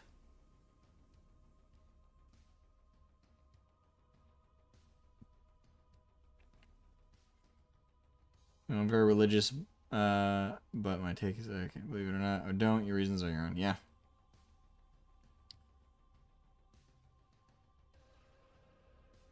Go see Dash. IW shovels. Yep. Yeah, I figured. That's part of why I don't like Perturabo is he's a whiny bitch. To the point where he kills his own fucking men. Like, the guy's a psychopath. And I've met listen, I'll say this. Like, I'll say this to be fair to my Iron Warriors folk out there. I totally get loving the Iron Warriors for their aesthetic. I totally get loving the Iron Warriors for the character lore outside and kind of in spite of Perturabo. But fuck me, I hate it when some Iron Warriors fans actually argue Perturabo is a sympathetic or likable character. Fuck that. No, he's not. He has as much depth, in my opinion, as fucking Angron. That might be a bit harsh to say, but I stand by it. Fuck that. Purdy is a petty bitch. He is a petty man-baby bitch. I'm sorry. I totally get liking the Iron Warriors from every other potential angle possible, except from Perturabo. Fuck me, that guy is... But believe it or not, I still hate Gilliman more than I hate Perturabo. So you got that going for him. I like the Iron Warriors aesthetic, yes. Only traders I like, but not Peter Turbo. Yeah, exactly. That's what I'm saying. Like, if you are a fan of the Iron Warriors, I don't judge you on that. But if you like Perturabo, that is where I start judging you. I think the Iron Warriors is that. Okay, I already read that. Sorry. They mishandled Purdy quite. Yes, they did. They absolutely fucking did. Honestly, in some ways, I think they handled Angron better. Because at least Angron, he's like straightforward. He got fucked over in his situation, and now he's just an angry bitch because of the butcher's nails. Straightforward. Got the depth of a fucking puddle. But at least he's straightforward. Perturabo, they tried to give him complexity, but it came off as just simplistic man-baby shit.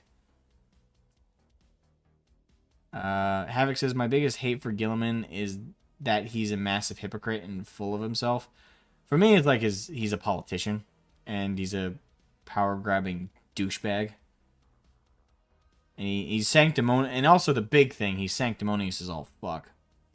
Oh, I'm gonna build my own Imperium? Yeah. Imperial Secundus, anybody? Ironically, Gilliman is probably as much of a traitor as Horus was. And my brother's gotta follow my codex, and I'm gonna have all these Primaris. Yeah, I fucking hate Gilliman. But for me, like, even in, like, the older lore, where, again, he fucked over Dorn so hard. Dorn was next in line for the throne of Terra. The Emperor named Dorn the Praetorian of Terra. That was the next highest rank next to his own. There was no authority greater other than the Emperor. And while Dorn was busy scouring the traitors and hunting them down like the dogs that they were, he gets a message from from fucking Gilliputty to come all the way back just so Gilliputty could be like, all right, I'm in charge now. Fuck you. You do what I say, or I'll have you, or I'll plunge this Imperium into yet another civil war and guarantee its destruction, unless you fucking do what I say. And then Dorne tried to commit suicide with his whole legion in protest, and Gillen was like, fuck me, I didn't see him doing that. Okay, I gotta stop him because this is gonna make me look real bad. Stops him, and then, only then, does Dorne be like, alright, fucking do your codex bullshit. And then, as soon as Gilman's back was turned, he's like, and I'm gonna write in the last wall protocol, just as one last fuck you. Anyway, bye. Like, I could say my fave is Dorne, but then there's Sanguinius. Yeah, Sanguinius is kind of an easy pick. I think the easiest picks for favorites is Vulcan and Sanguinius. Like, those are, like, the easiest picks, but that's because, well, they're made to be, like, the best of the best, personality-wise. And even they got, like, fundamental flaws. Like, what Vulcan did to the Drakari child was fucked up. But, even then, like, it was Xenos. In the universe of 40k, when that's, like, the worst thing you've done, you're pretty clean. Overall speaking. Excuse me. That should be dry. I'm really hoping the washes really do their job as we go through this.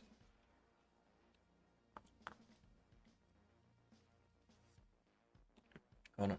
Whoa.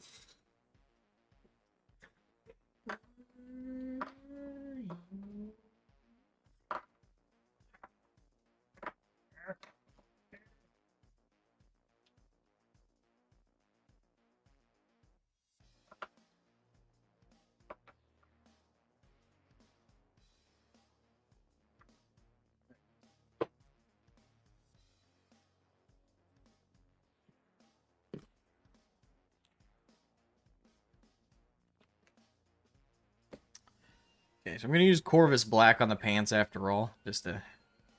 Because, like, this darker black probably isn't the way to go. For those who don't know what Corvus Black is, because, you know, Citadel paints don't really say what they are very properly. It's like a gray black. So it's just short of actually being like a deep black. I usually use it as opposed to black, because it leaves just enough so if you apply a wash, there's actually like a visual effect to it. If you do it like a true black, it kind of cuts out all color and stuff, which you really don't want. That's why I usually do a gray black like this instead.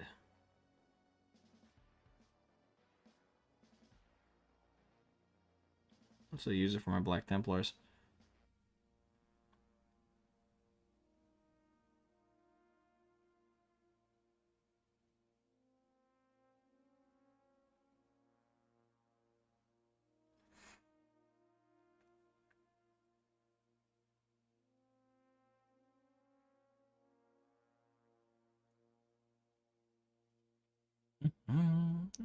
ADHD throat singer. You do like Jagatai, but that's me, like in the often overlooked guys. Yeah, I can also respect Jagatai as a choice. I mean, personality wise, I don't think so. I don't know. I've never loved the Khan's personality. I don't love him, but I get why some people do. Like, I've heard the arguments. They're fair, generally. For me, like I already said it, my favorite is Dorne. Like, hands down.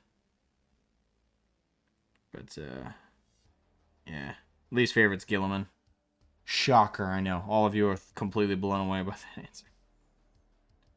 But yeah, I'm not gonna lie. I really fucking despise Gilliputty. Fucking, what he did to Dorne was a disgrace. Which is why I kind of hate it when later they tried to portray him as like the hero.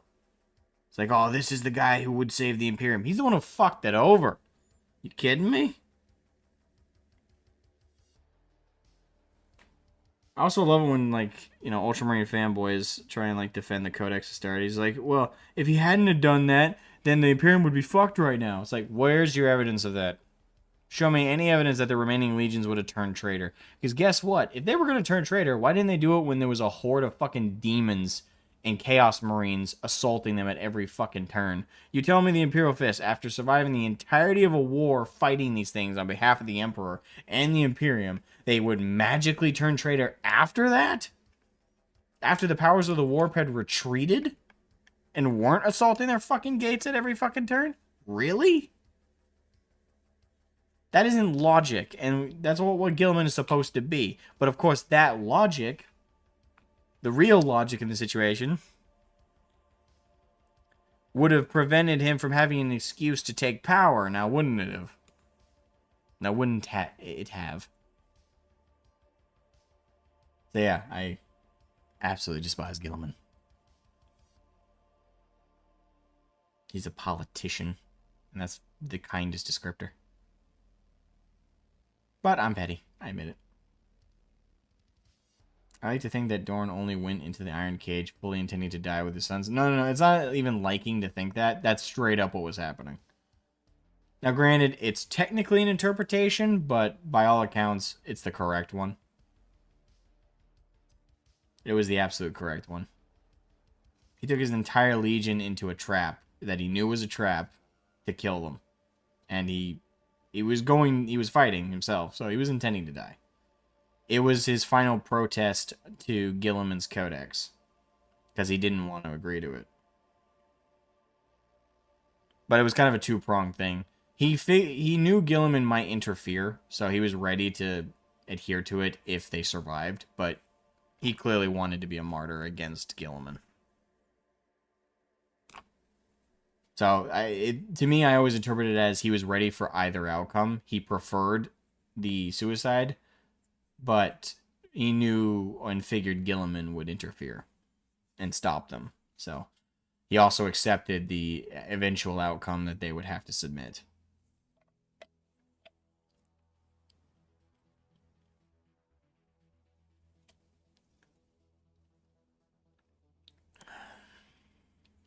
You need to read those books? Yes, you do. Actually, I like the Lion, Horus, Sanguinius, Dorn, and Magnus. Not necessarily in that order. And Vulcan. A lot of those are like easy choices. The Lion, I don't know. This is where I probably have a controversial take. I've never been a huge fan of the Lion. I like him more than Gilliman, but that's not saying much. I like him more than Angron. I like him a little bit more than Mortarion. I guess the Lion's somewhere in like the middle for me. In terms of like the Primarchs. He's somewhere in the middle. Out of all of them, that in terms of my feelings about him. I certainly feel like he could have been done better at times. But overall, I find him fairly likable. He's kind of a manipulative prick, but they all are to an extent, so nothing new there. Oh, I don't have strong feelings for him in either direction, I guess is the best way to put it. Gilliman I despise. Perturabo I despise. I think Angron gets a bad rep. Don't get me wrong, I see why. So I know I'm a little on my island in terms of like people who like Angron. I don't love Angron, but I like Angron. Because for me, he's a simple character that I would have preferred to have more complexity. I mean, after all, like we all prefer Primarchs to have complexity. But it's okay, I think, out of all of the Primarchs, there to be at least one that's just one note, kind of straightforward character. And I think the Angron kind of fills that role. He did bomb Ultramar from orbit, so the line. Fair. That is a good reason to like him. But yeah, Angron for me, I see him as the simplistic, straightforward character that's not meant to be like. He's not meant to have a lot of depth. I would have preferred if he did, but for what he is, I like him. And especially now that he's gone full-blown just one note, I really like just the bloodthirster monster of Angron. Nathan says, Sanguinius is my easy choice, but to be honest, I have a soft spot for Horus. The sheer balls on that dude to manifest destiny against a near enough god like human is impressive. True. Part of that you got to keep in mind, though, is Horus played his cards right. And he took his time. He took his time to develop, and like by all accounts, Horus's strategy was genius. Like he sent the lion. The lion got sent off to. Basically, he scattered the Primarchs very expertly. He really caused chaos amongst the loyalists. He made sure that when they would committed to the Civil War, first of all, with the drop site massacre and the Isfahan virus bombing, everything he did was genius, tactically speaking. By all accounts, the one thing he didn't handle that he should have was the Imperial Fists. He underestimated just how much of a thorn in his fucking side they would be. Like, their one legion held so well against the tide of 8. Sorry, 9. Well, technically 8 because... Yeah. Because Lorgar and the Wordbearers were sent to harass Ultramar, if I recall correctly. I know, that's why I like him. He wasn't a typical meathead that rushed into battle. Manzit was a savage tactician. Yeah, that's a fair reason to like him. He was this absolute savage tactician. Havoc, you almost had made Soda go up my fucking nose, dude. You mean like Abaddon? Fuck no. Abaddon is like the Wish.com of his Primarch. Hashtag change my mind. It's like, I want Horus. We have Horus at home. Is Abaddon. That's shit. You mean Abaddon? Oh, okay, sorry. I misinterpreted your comment then. Still, though, like, the way I interpreted, like, that was funny. Abby the armless. Abby the accomplishedness. Fuck. Abby the useless. Failbadon. Total fucking...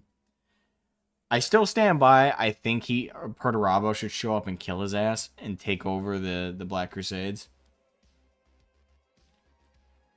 Perturabo was hard carrying the Siege of Terra. Yes. I believe they only last when he took his legion and left.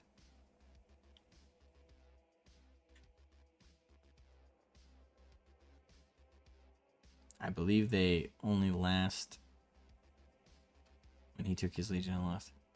Oh, okay, sorry. That read weird. I think I know what you mean. Lost, yes. That's when the thing is, by all accounts, like, Horus's move, like, with inviting the Emperor onto it, yeah, that was like a Hail Mary, because they knew the Ultramarines were en route. And they would completely shift the tide. If Perturabo had stayed and maintained, I don't know as if the Ultramarines would have made that much more of a difference. They certainly would have helped make even things out, but with Perturabo out of the picture and the rest, and then with the Ultramarines showing up, yeah, that was pretty much a lose situation. So, but what Horus did was the smart move. Abaddon the Snore Master. Abaddon the bitch.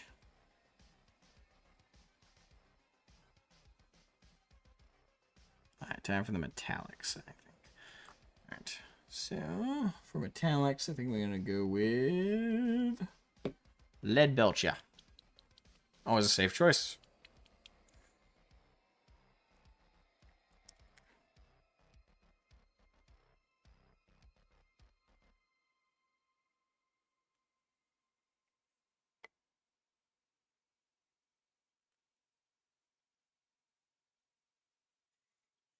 Lead Belcher, yield to me your metallic greatness. Shouldn't need too much of you, I don't think. But...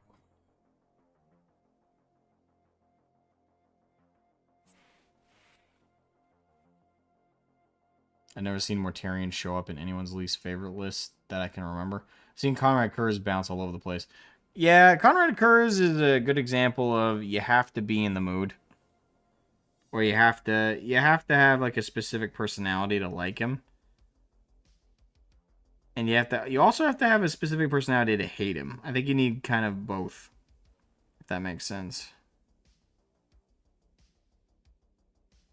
Like, everyone else is indifferent to him, I think. Like, I'd say generally the people who like Conrad Kurz tend to be, like, of the edgier crowd. Like, we're talking to 40k, so in 40k terms, the edgier crowd. Which is saying a lot, I know. But, I mean it, like, the edgier crowd for 40k tend to like Conrad Kurz.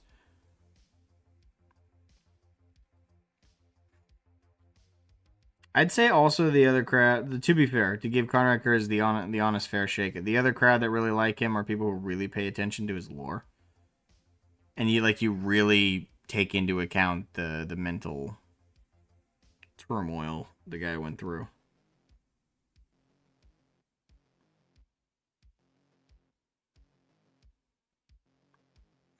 So, by all accounts, I think it is fair for people to like. Like, I understand, like, arguments for why Conrad Kurz is a good character. I don't agree with them, but I understand them. Seems like Batman turned evil. It's like, if Batman was evil from the get-go. And loved to use terror tactics.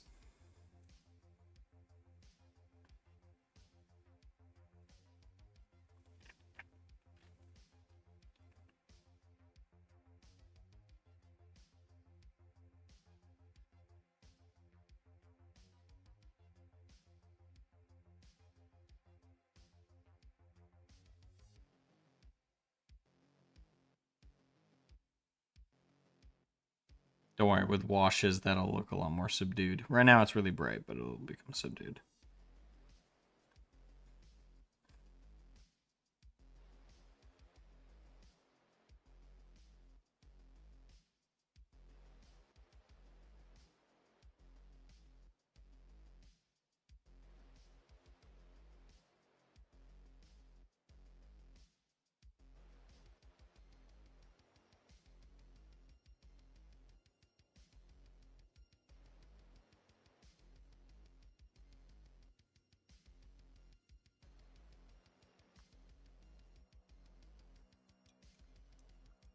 Too many of these. Don't mind him for what I know. Yeah. For me, I will say this: the moment that got me to respect Conrad Kurz was his death. If I recall it correctly. That's, to be fair, I haven't like read his death in a long time, so I might be giving it more dignity than I recall. But when he got like assassinated by I believe it was a Vindicare assassin, if I'm not mistaken. I also think he's the only Primarch to be killed by like a normal person. Well, quote unquote. Obviously, we're talking about a Vindicare assassin, so normal might not be fair, but a non-extremely augmented human. To the extent of like Space Marine transhumanism. Like, he was killed by a Vindicare, if I recall correctly. And he kind of, if I recall correctly, if I'm not fucking, to be fair, I could be fucking this up with my memory. But if I recall correctly, he saw his death coming and accepted it. Not like he gave up, but he knew it was coming, so he didn't bitch out. Kurz is awesome, but I love me some. Welcome, F and Dave, by the way. Kurz is awesome, but I love me some Morty. Mortarion? Yeah. As Havoc said earlier, I don't think I've ever seen Mortarion be on the bottom of people's lists. He's never on the bottom of mine. Mortarion I like quite a bit. Like, this is what I'm about to say is going to be controversial with a lot of 40k fans, but I'm going to say it anyway.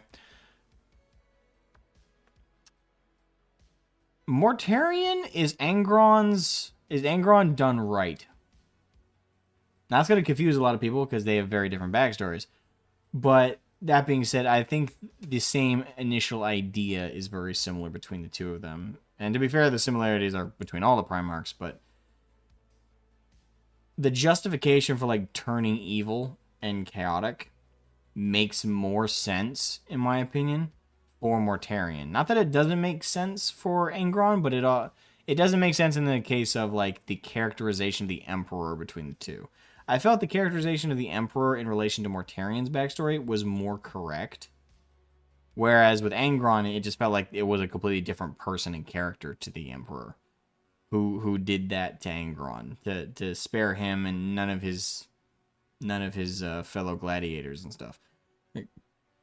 Like the character that killed Mortarion's adoptive father and stole that kill from him felt like the Emperor still to me. Whereas with Angron, it felt like a completely different character was being written over it. Conquerors was tragically insane and was aware of it. Yeah, and a part of the tragedy is he tried to fight it, and he also kind of he also kind of tried to get his brother Primarchs to help in some ways, but because of a lot of his other personality issues and his actions, it didn't work. Like Dorn, for example, really hated Kurz and had a lot of problems. But Vulcan also hated Kurz. So a lot of the Primarchs were very unsympathetic to Kurz, where they should have been. So there's a lot of tragedy involved there. Like, a lot of them just kind of chalked up like the worst parts of himself, but they really didn't give enough credit to him going mad, as they should have. So I think that's a tragedy done well, and I think it's a case where like everyone was characterized correctly and nobody felt like they were a different character in relation to his story. And same with Mortarion. Everybody related to Mortarion's background. Like the Emperor and Mortarion himself. That felt like the Emperor and that felt like Mortarion. With that backstory. With Angron, I don't know who that was that ported him out of that planet and out of that death trap, but it wasn't the Emperor. Because that none of that made a lick of goddamn sense.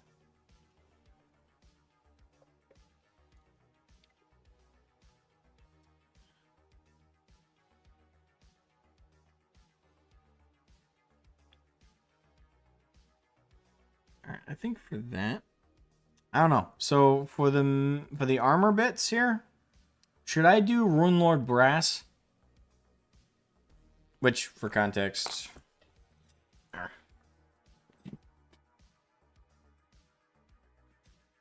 it's the same as this. This is Runelord Brass. This color right here. This metal. So, should I do Runelord Brass or should I go for like a lead belcher? Like a steel kind of metallic look?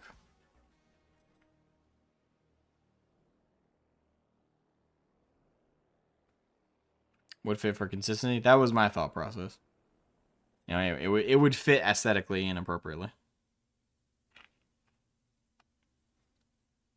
Might have been Malkador that was meant to be rescuing Angron, but editing probably changed it last minute. Feels like something Malkador would do. I actually agree with that. That's actually fair, Dark Designs. That's also an interesting interpretation of that. That would make a lot of sense. Like, that does feel like a Malkador move. Less of an Imps thing. So. But regardless if that was the original intention or not, the end result, it can't be ignored. Corn loves his brass, true. But at the end of the day, the end result was the Emperor supposedly that pulled Angron out. Like that's the official canon. So as much as I think that is a completely valid, and if anything, I really do see it. I do think it's a case of, regardless of what the original intention was, what the end result is, it was the Emperor, and it was a completely fucked up characterization for the Emperor. Did Angron have the nails installed pre-Horus Heresy? Yeah. The Butcher's nails were installed in his head before the Emperor even found him. They were installed in his head on his home world, where they were the Butcher's nails, as they're called. were implanted into his head by the owners, proprietors, the nobles of the planet he was found on. He was raised in the slave pits to become a gladiator. He refused to kill his mentor, and as punishment, the slavers, and the higher ups of the gladiatorial arenas forcefully put. And one thing I've always wondered is at that point when Angron got them installed, and when Angron was fighting in the Angron was a full-grown Primarch by that point. Now, granted, I understand, and the lore has always implied this quite well. Even Primarchs can't like solo a whole planet worth of people. Like if an entire populace of humans bum rush a Primarch, it'll still be a fight. It won't be a landslide. But a whole like populace of humans, especially if they're well equipped and well armed, can easily kill a Primarch. So that's always made sense to me. What didn't is how easily they were able to control and manipulate Angron in the gladiator. Like I've always, and I'm not saying that's a problem, but that's always made me think like, how advanced was this planet of people? Like they were able to make a Primarch, a gladiatorial combatant, and keep him under control even after the butcher's nails were installed. Now, granted, he did eventually escape, but it wasn't. It was with great difficulty.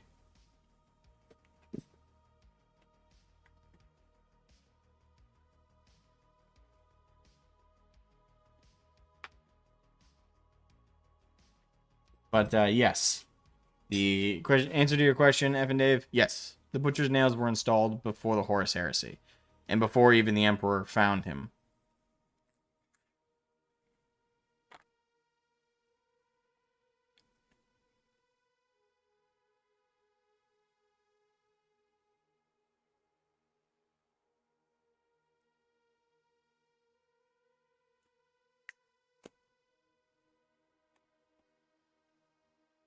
Yeah, before he was found by imps.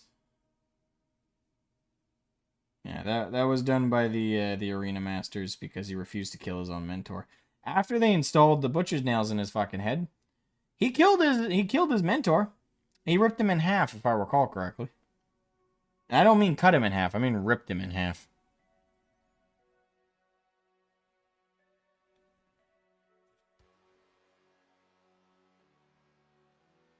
It was a brutality moment.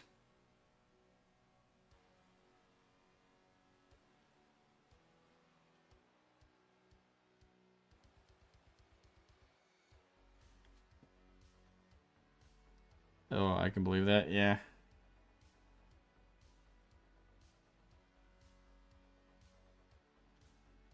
But again, like widely speaking, the community is kind of agreed overall that Angron is probably the worst handled Primarch, other than Ferris.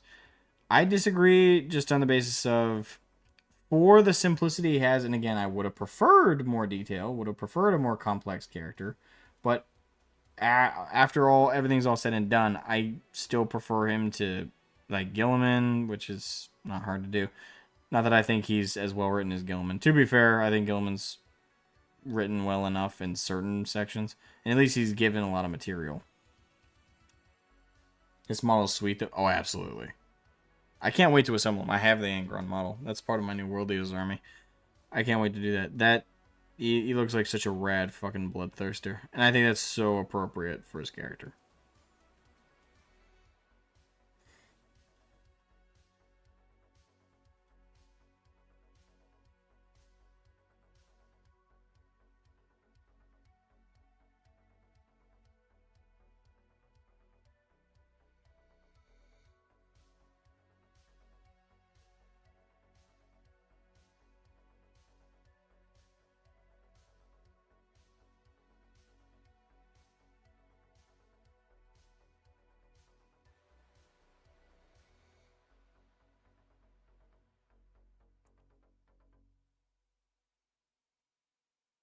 You really like the way they portray Girly Man in the Leviathan trailer. I mean, I guess he wasn't doing much. He was just like looking over like the strategy, like the environmental terrain scans and stuff. He was doing his logistical coordination. I didn't like I've said this in the past. I don't like the change in overall, like the cartoony aesthetic that trailer has. I'm not a fan of, especially when you compare that trailer to the ninth edition trailer. I consider it a significant downgrade like stylistically speaking, because all the characters look a lot more rounded and kind of plump, if for lack of a better term, almost like a more edgy version of Pixar. Like everybody's a lot more thick in the face and stuff. Everything looked a lot more cartoony, and I wasn't a huge fan of that. So that's my biggest complaint from that trailer, though.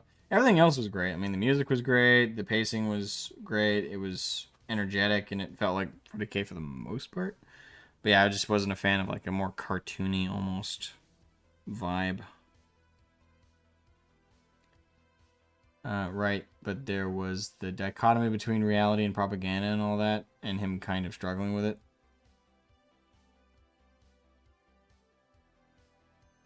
With what? What? I really like the captain of the ship released the Ursus clause. Ah, yes. What's her name? I know who you're talking about, but her name's... If I recall correctly, one of the most badass moments she had is she shot a world leader in the face for disobeying her, which was... Well, I know she doesn't have any, but ballsy. Disney Pixar Demaculabe. Jesus.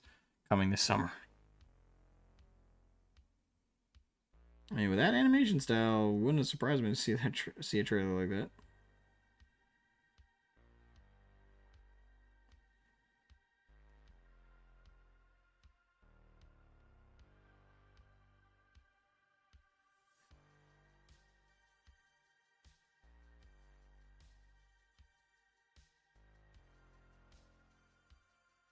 Yeah, Latara Saren. Thank you.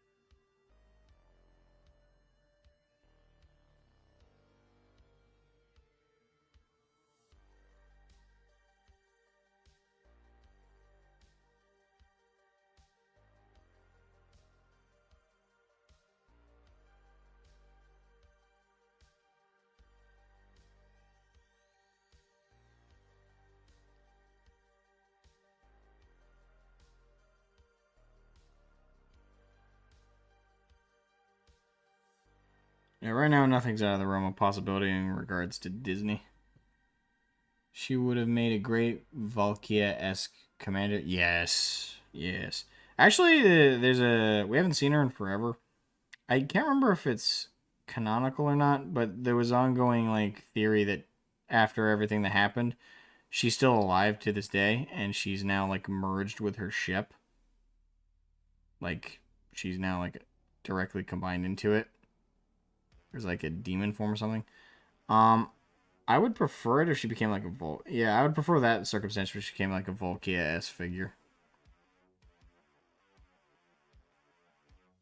But yeah, she shot a fucking Corn Berserker in the face for disobeying her. It was beautiful. Because he came back, like, the situation was he was ordered to, like, guard her and her ship. And instead, he disobeyed orders because he wanted to go fight. And he didn't want to be on guard duty. So he left to do just that. When he came back, as he was getting off the ship, like the smaller craft, to re-enter the ship and basically get back to his duties, she pulls out a fucking bolt gun and shoots him directly in the fucking head. She doesn't kill him, but by God, she tried to. And if he hadn't been wearing his helmet, he would have died.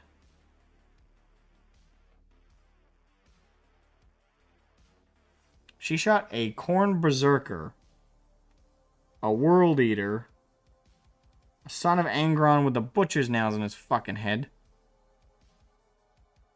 With a gun. In the fucking head. And didn't even flinch when he started yelling back at her for it. That, my friends, is how you write a strong woman. You don't make all the men around her look like weak, pathetic fools. You make her look like a badass next to him. Lobotomy by bolt gun? Well, it's hard to lobotomize those who barely have a functional brain to begin with. We're talking about world leaders here. They have one mode. Rage. Is there any other mode? No. There's death. There's dead, rage. That's it.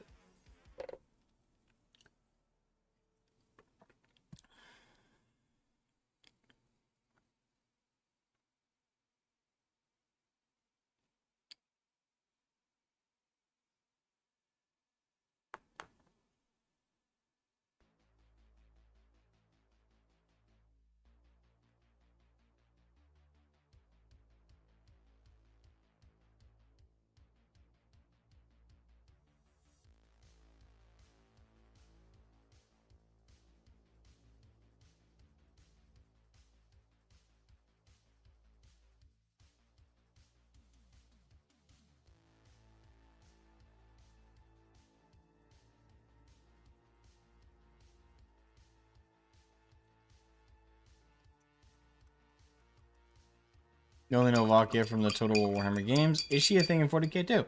No, she is not a thing in 40k. She is a thing in Warhammer Fantasy. Valkia's story is pretty straightforward. She was, I don't know if it's Norska. I don't know if Norska is like a specific clan of it. But you know how, like, in fantasy, there's like the Norse clans, so to speak. They're all like chaos worshippers. They're from like the far north. They're like the Vikings of Warhammer Fantasy. A lot of them become chaos warbands and stuff. But anyway, she was part of that society. She was a woman in that society. I can't remember all of her story beats, but the gist is she was like the wife of a clan leader, was a really tough badass. She loved her husband, but if I recall correctly, I could have this wrong. So if there's any Warhammer Fantasy fans out there that like get ragey at me, I apologize. But if I'm recalling correctly, her husband died? No, she is not 40. Correct, she's not 40k. She's Warhammer Fantasy. If I recall correctly from her lore in Warhammer Fantasy, she was part of the Norse clans. She was a wife to a chief? Or anyway, she was a wife. I know that. And either one of two scenarios, and my memory kind of isn't sure. Either she was like a lot of Norse individuals, she was like a worshiper of one of the chaos gods. She worshipped Khorne, and Khorne beseeched her to kill her husband. That, or he was killed and she wanted vengeance on his behalf. One of the two scenarios. I'm trying to remember which it is. Well, regardless, she did killing on behalf of Khorne in worship. And she became like a devout Khorne follower. Hey Nathan, hey dude, heading to work now, so I'll hop in and out over a few hours. Have fun, everyone. I'm actually gonna be going to bed. Not yet. Yeah, another like 20-30 minutes. But I'll be going to bed, and then I'll be getting up and hopefully jump on stream. I'm gonna leave my desk like this, so I'll hopefully be dropping on stream. So be on the lookout for this continuation of this. But we're gonna go for another 30-ish minutes or so. Okay, so Havoc has the lowdown. All right, Valkia killed her husband, I think. Yeah, okay, that's one of the two scenarios. Either way, she took over the tribe, killed a greater demon of Slaanesh, correct, that tried to seduce her. Went on a pilgrimage to deliver the head to Khorne. She died in. Yes, and when she died, Khorne basically this is part of why she's called the consort of Khorne. Khorne basically loved her so much. Now, keep in mind, we're not talking like, at least not necessarily, we're not talking about like, oh, mi amore, I love you. It's more like, this bitch is dope. Like, you see this shit? She killed a demon of Slaanesh. She cut his fucking head off. She was gonna bring it to me and she died. I'm bringing her back. So he brought her back as a demon. as a demonic love. Yeah, that's fair.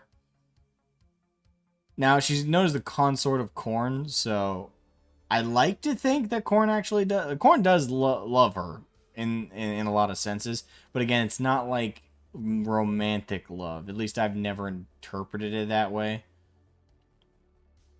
The process, but Khorne found it sexy enough to make her his wife. I don't remember him making her his wife. Again, she got the title of consort of Khorne, but I don't think it was like explicitly. I don't like. I'm trying to think, but I don't think it was explicitly like he actually loved her. He brought her back in like a demonic form. Call the Bride of Khorne in Total War Warhammer. Maybe I gotta refresh. Keep in mind, I'm not like a Warhammer Fantasy guy as much, so he loves to watch her work, just enough for romance, essentially.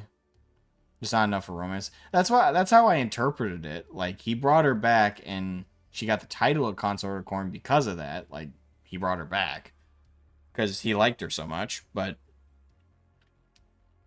I don't know. I don't know. I'd have to look back into it, see where maybe my mix-ups coming in. I mean, it is GW video games, so it could totally be wrong. True. I don't know. I know the title for sure that she has is Consort of Khorne. I don't remember Bride of Khorne. I know she would like to be, for sure, but I don't think that. Again, I'm less of a fantasy guy though, so I could be wrong. I could be totally off, and she is like, Khorne's like, yep, she's my woman. She my bitch. But I don't know. Like from what I recall, it's not like explicitly like she is his wife. It's more so that she's like one of the ultimate Khorne followers. Paraphrasing, it's a love in the sort of way that Khorne can love. Khorne loves blood and skulls. She loves giving him blood and skulls. It's that. If that's not marriage, I don't know what is. I mean, fair interpretation. Um, yeah, I guess for Khorne that might as well be like marriage and love for Khorne. So that's a fair interpretation. Again, I just don't recall it ever being like 100% like married to Khorne and shit.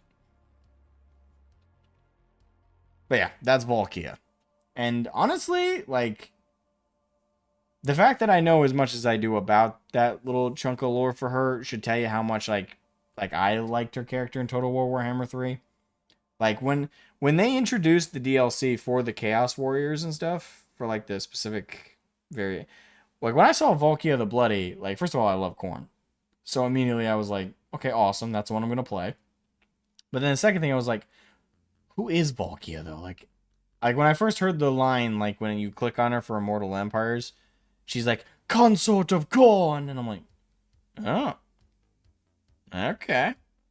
So I looked into her lore, and that's how I know as much as I do. I know very little about Warhammer Fantasy overall. Like, very little. Criminally little. I'm way more into 40k. But one out of the few things I know, I'm aware of Volkia. I would love her equivalent, which would be Latara Saren, transformed into basically the same demon figure in 40k. But I don't know.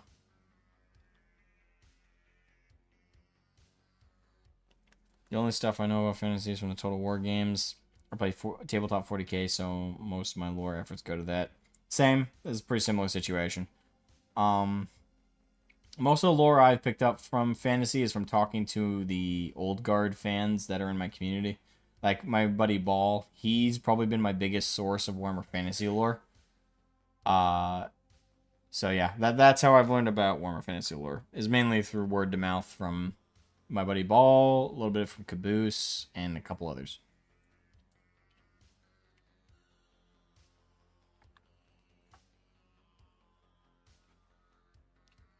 I think the explicit lore says consort of Khorne, which a consort is the spouse or companion of a monarch by definition. So bride, a bit of a stretch, but it's not technically incorrect.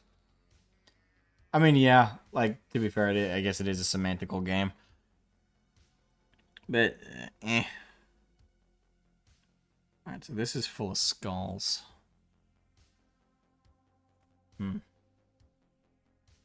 Do I have a bone color somewhere? I thought I did. I'll fill in a bone color and then do the edges Runelord Brass. And the sword will be mostly Runelord Brass, and then the edges will be Lead Belcher.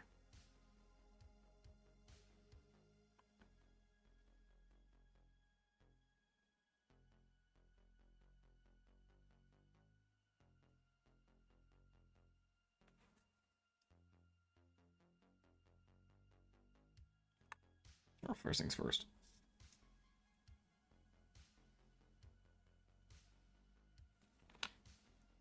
The little mechanical bits on his flesh.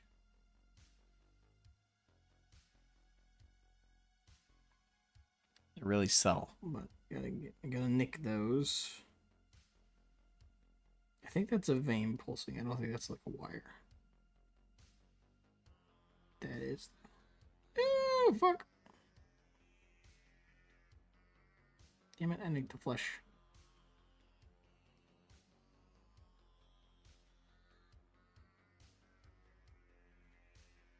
More than I wanted to. Oh, good news is I can fix it.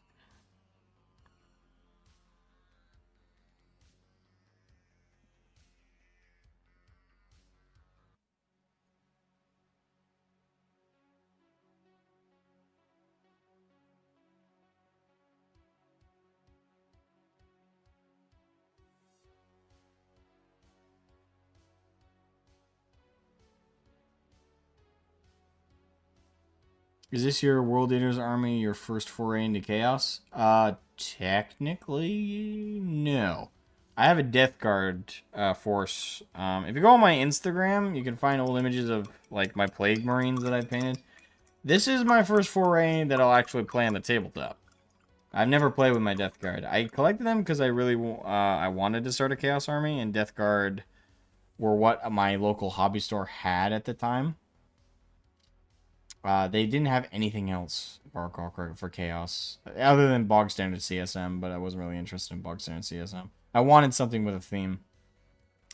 And this was before, like, the Angron and a lot of, like, the World Eater revamp happened.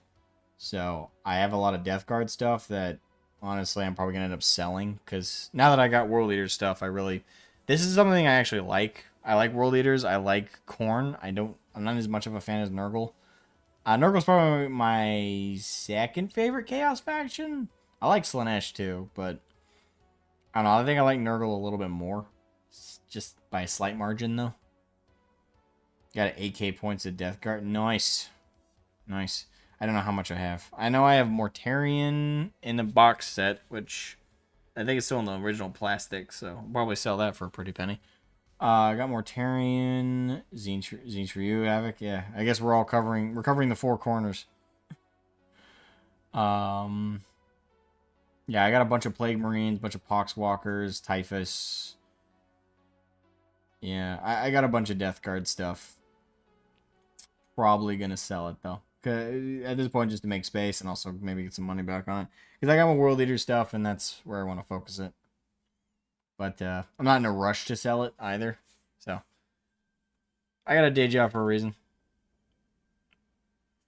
So I don't have to sell if I don't want to.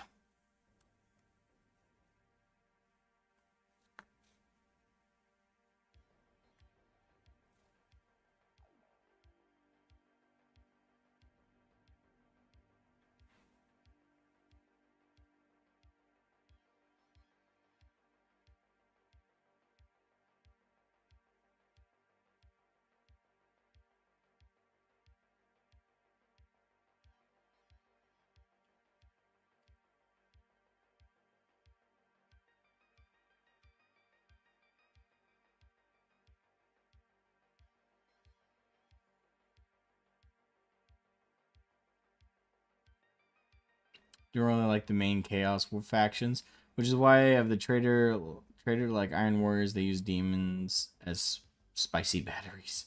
That's one way to put it. Spicy batteries. Is 3,000 points a good stopping point when first starting? Because after I build the Leviathan box, I'll have 3,000 points. Is 3,000 points a good stopping point? Yeah, well, honestly, I can't speak to every area. I don't know what your tournament or LGS setup is. But in my area, the biggest tournaments are only ever like 2,000 points. And I think like if you go to like the bigger Warhammer events, they usually don't go above 2,000 points. Um, Although like the biggest one I know does like all three, like the three types of like setups are 1,000 point games, 2,000 point games, and 3,000 point games. 3,000 point games, like if you have 3,000 points of an army, then you're set. Like 3,000 points is, you'll never need more than that. Although, unless you like, obviously you want to give yourself a variety to choose from. But you'll never need more than 3,000 points for any given game. So I'd say 3,000 points is a good stopping point for an army. If you want to be able to play like the biggest of big games. But for like your very first game, you're probably going to play either a 500 point game with a friend, or you might go to like a 1,000 point tournament in like a local area, which I'd recommend looking into. If you have like a really nice tight knit community where you are, like I got, our community is pretty good around the area I live. And they like, I already warned some of them like, hey, this is only my second like set of games for 10th, so you know I might need some help. And they've already, like, my competitors have already been like, hey, like if I play you in this Sunday's tournament, I'll help you out. Like just ask any questions you might have that you know you aren't sure about, and I'll help you out. So it is a gentleman's game at the end of the day. So you know you call your shots, be honest about your roles, and you'll have a good time. So yeah, I'd say 3,000 points is a very good stopping point. Honestly, a great stopping point is probably just 1,000 points. That's all you need, really. That's like, again, we're talking like need. Sorry, my eyes are getting dry.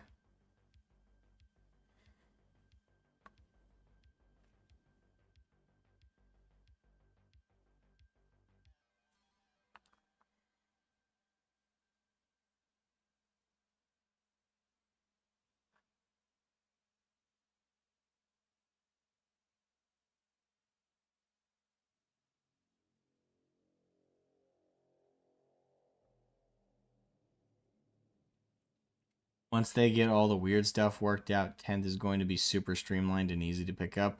I'm in the minority, but I hated the terrain rules in ninth. You thought that was bad. You should, like, in my opinion, that like ninth, 8th through 10th are too simplistic. Are too streamlined. I've never been a huge fan of the streamlining. I know a lot of people, especially newer fans, are, because it's a more straightforward game, so you don't have to think about as much. Oh, whoops.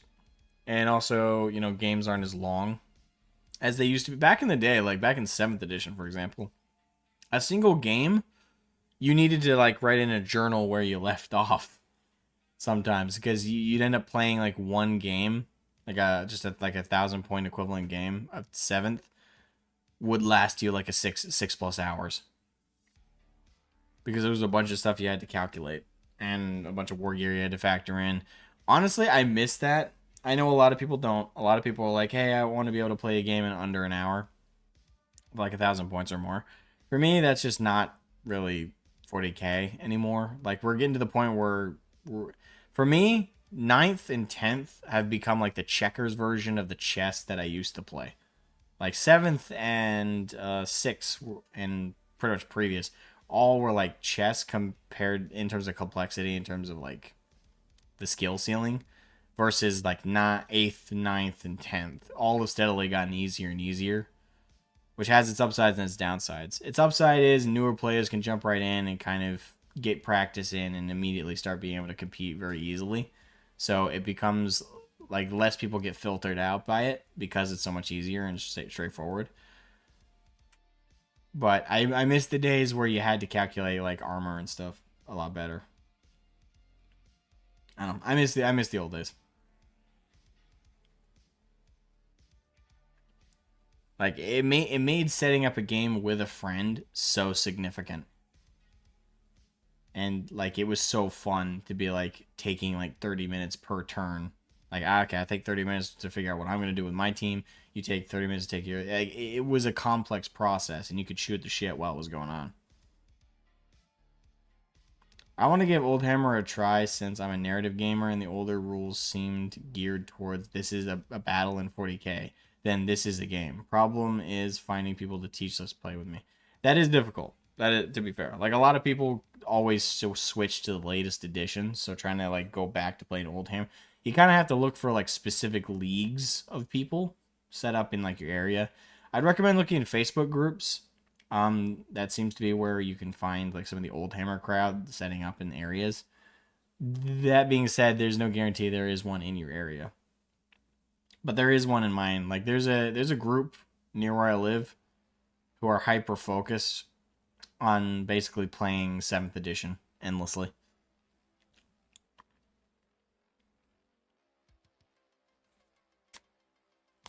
You didn't start until the beginning of 8th due to lack of disposable income. That is a common story there. Lack of disposable income makes it really hard to get into this hobby. I've seen some of the older edition stuff on YouTube. Looks cool, but not for me. Fair enough. Again, I'd say the reverse is true for me. It's the new stuff that I don't really love. I kind of have to play it for my local tournament scene, for ease of like playing with them. But honestly, if my local tournament didn't always switch to the latest edition, I'd be happy to keep with whatever edition we last played. Some of the newer players look at me to help them learn because I'm similar to an orc player. Just give me a good scrap.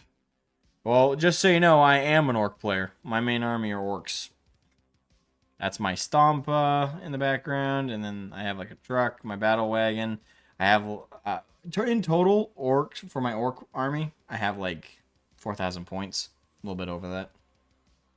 I've been collecting orcs like a maniac since I first started 11 years ago.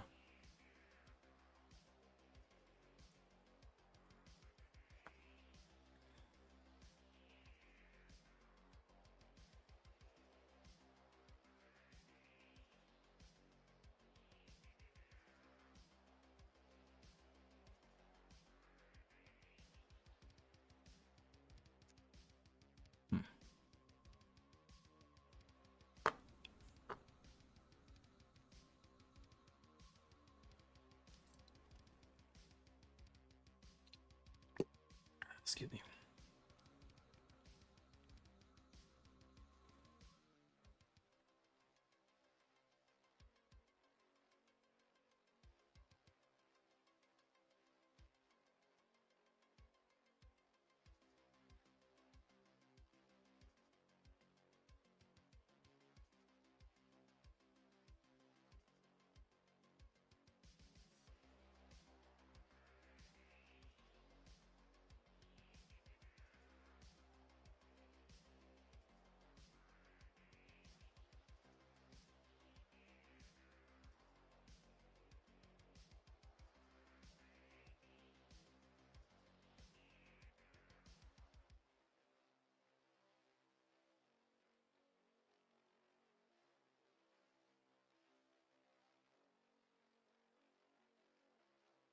Here's hoping we get adjustment today.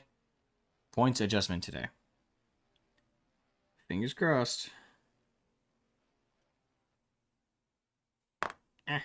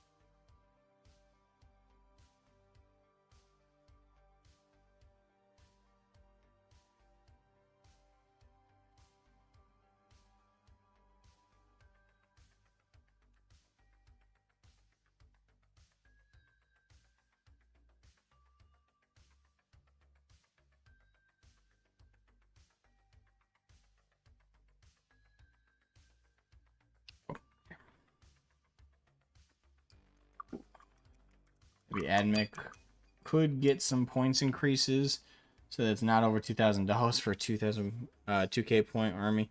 I mean, I'll say this: if you can get like a full 4K, 2K, whatever if you can get an army for $1 per point value, you're probably actually saving money with this army.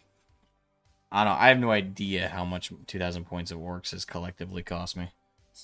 11 years of collecting, definitely thousands of dollars over the years.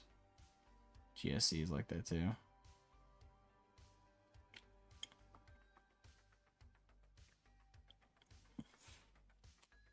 Okay, so I'm starting to feel my eyes get a little bit heavy, and I don't trust myself with heavy eyes not to fuck up. Where I'm starting to get more crucial hand control. So we're gonna wrap up for today here, and I'm gonna get some sleep. So I'm gonna leave my desk basically like this, and immediately like hit back in tomorrow. Not as soon as I wake up. So, and again, I do have stuff I have to do tomorrow, unfortunately. So if there is a painting stream tomorrow, it'll either be really early or in the afternoon for me. I don't know. Keep your notifications on and keep them focused. Leave a like before you guys head out. All that fun stuff. Subscribe if you're new to the channel, and I will catch you guys hopefully on the next painting stream. Yeah, tomorrow's gonna be a weird day, but love you guys. Have a good one and keep on hobbying for the Emperor. I gotta pick an outro.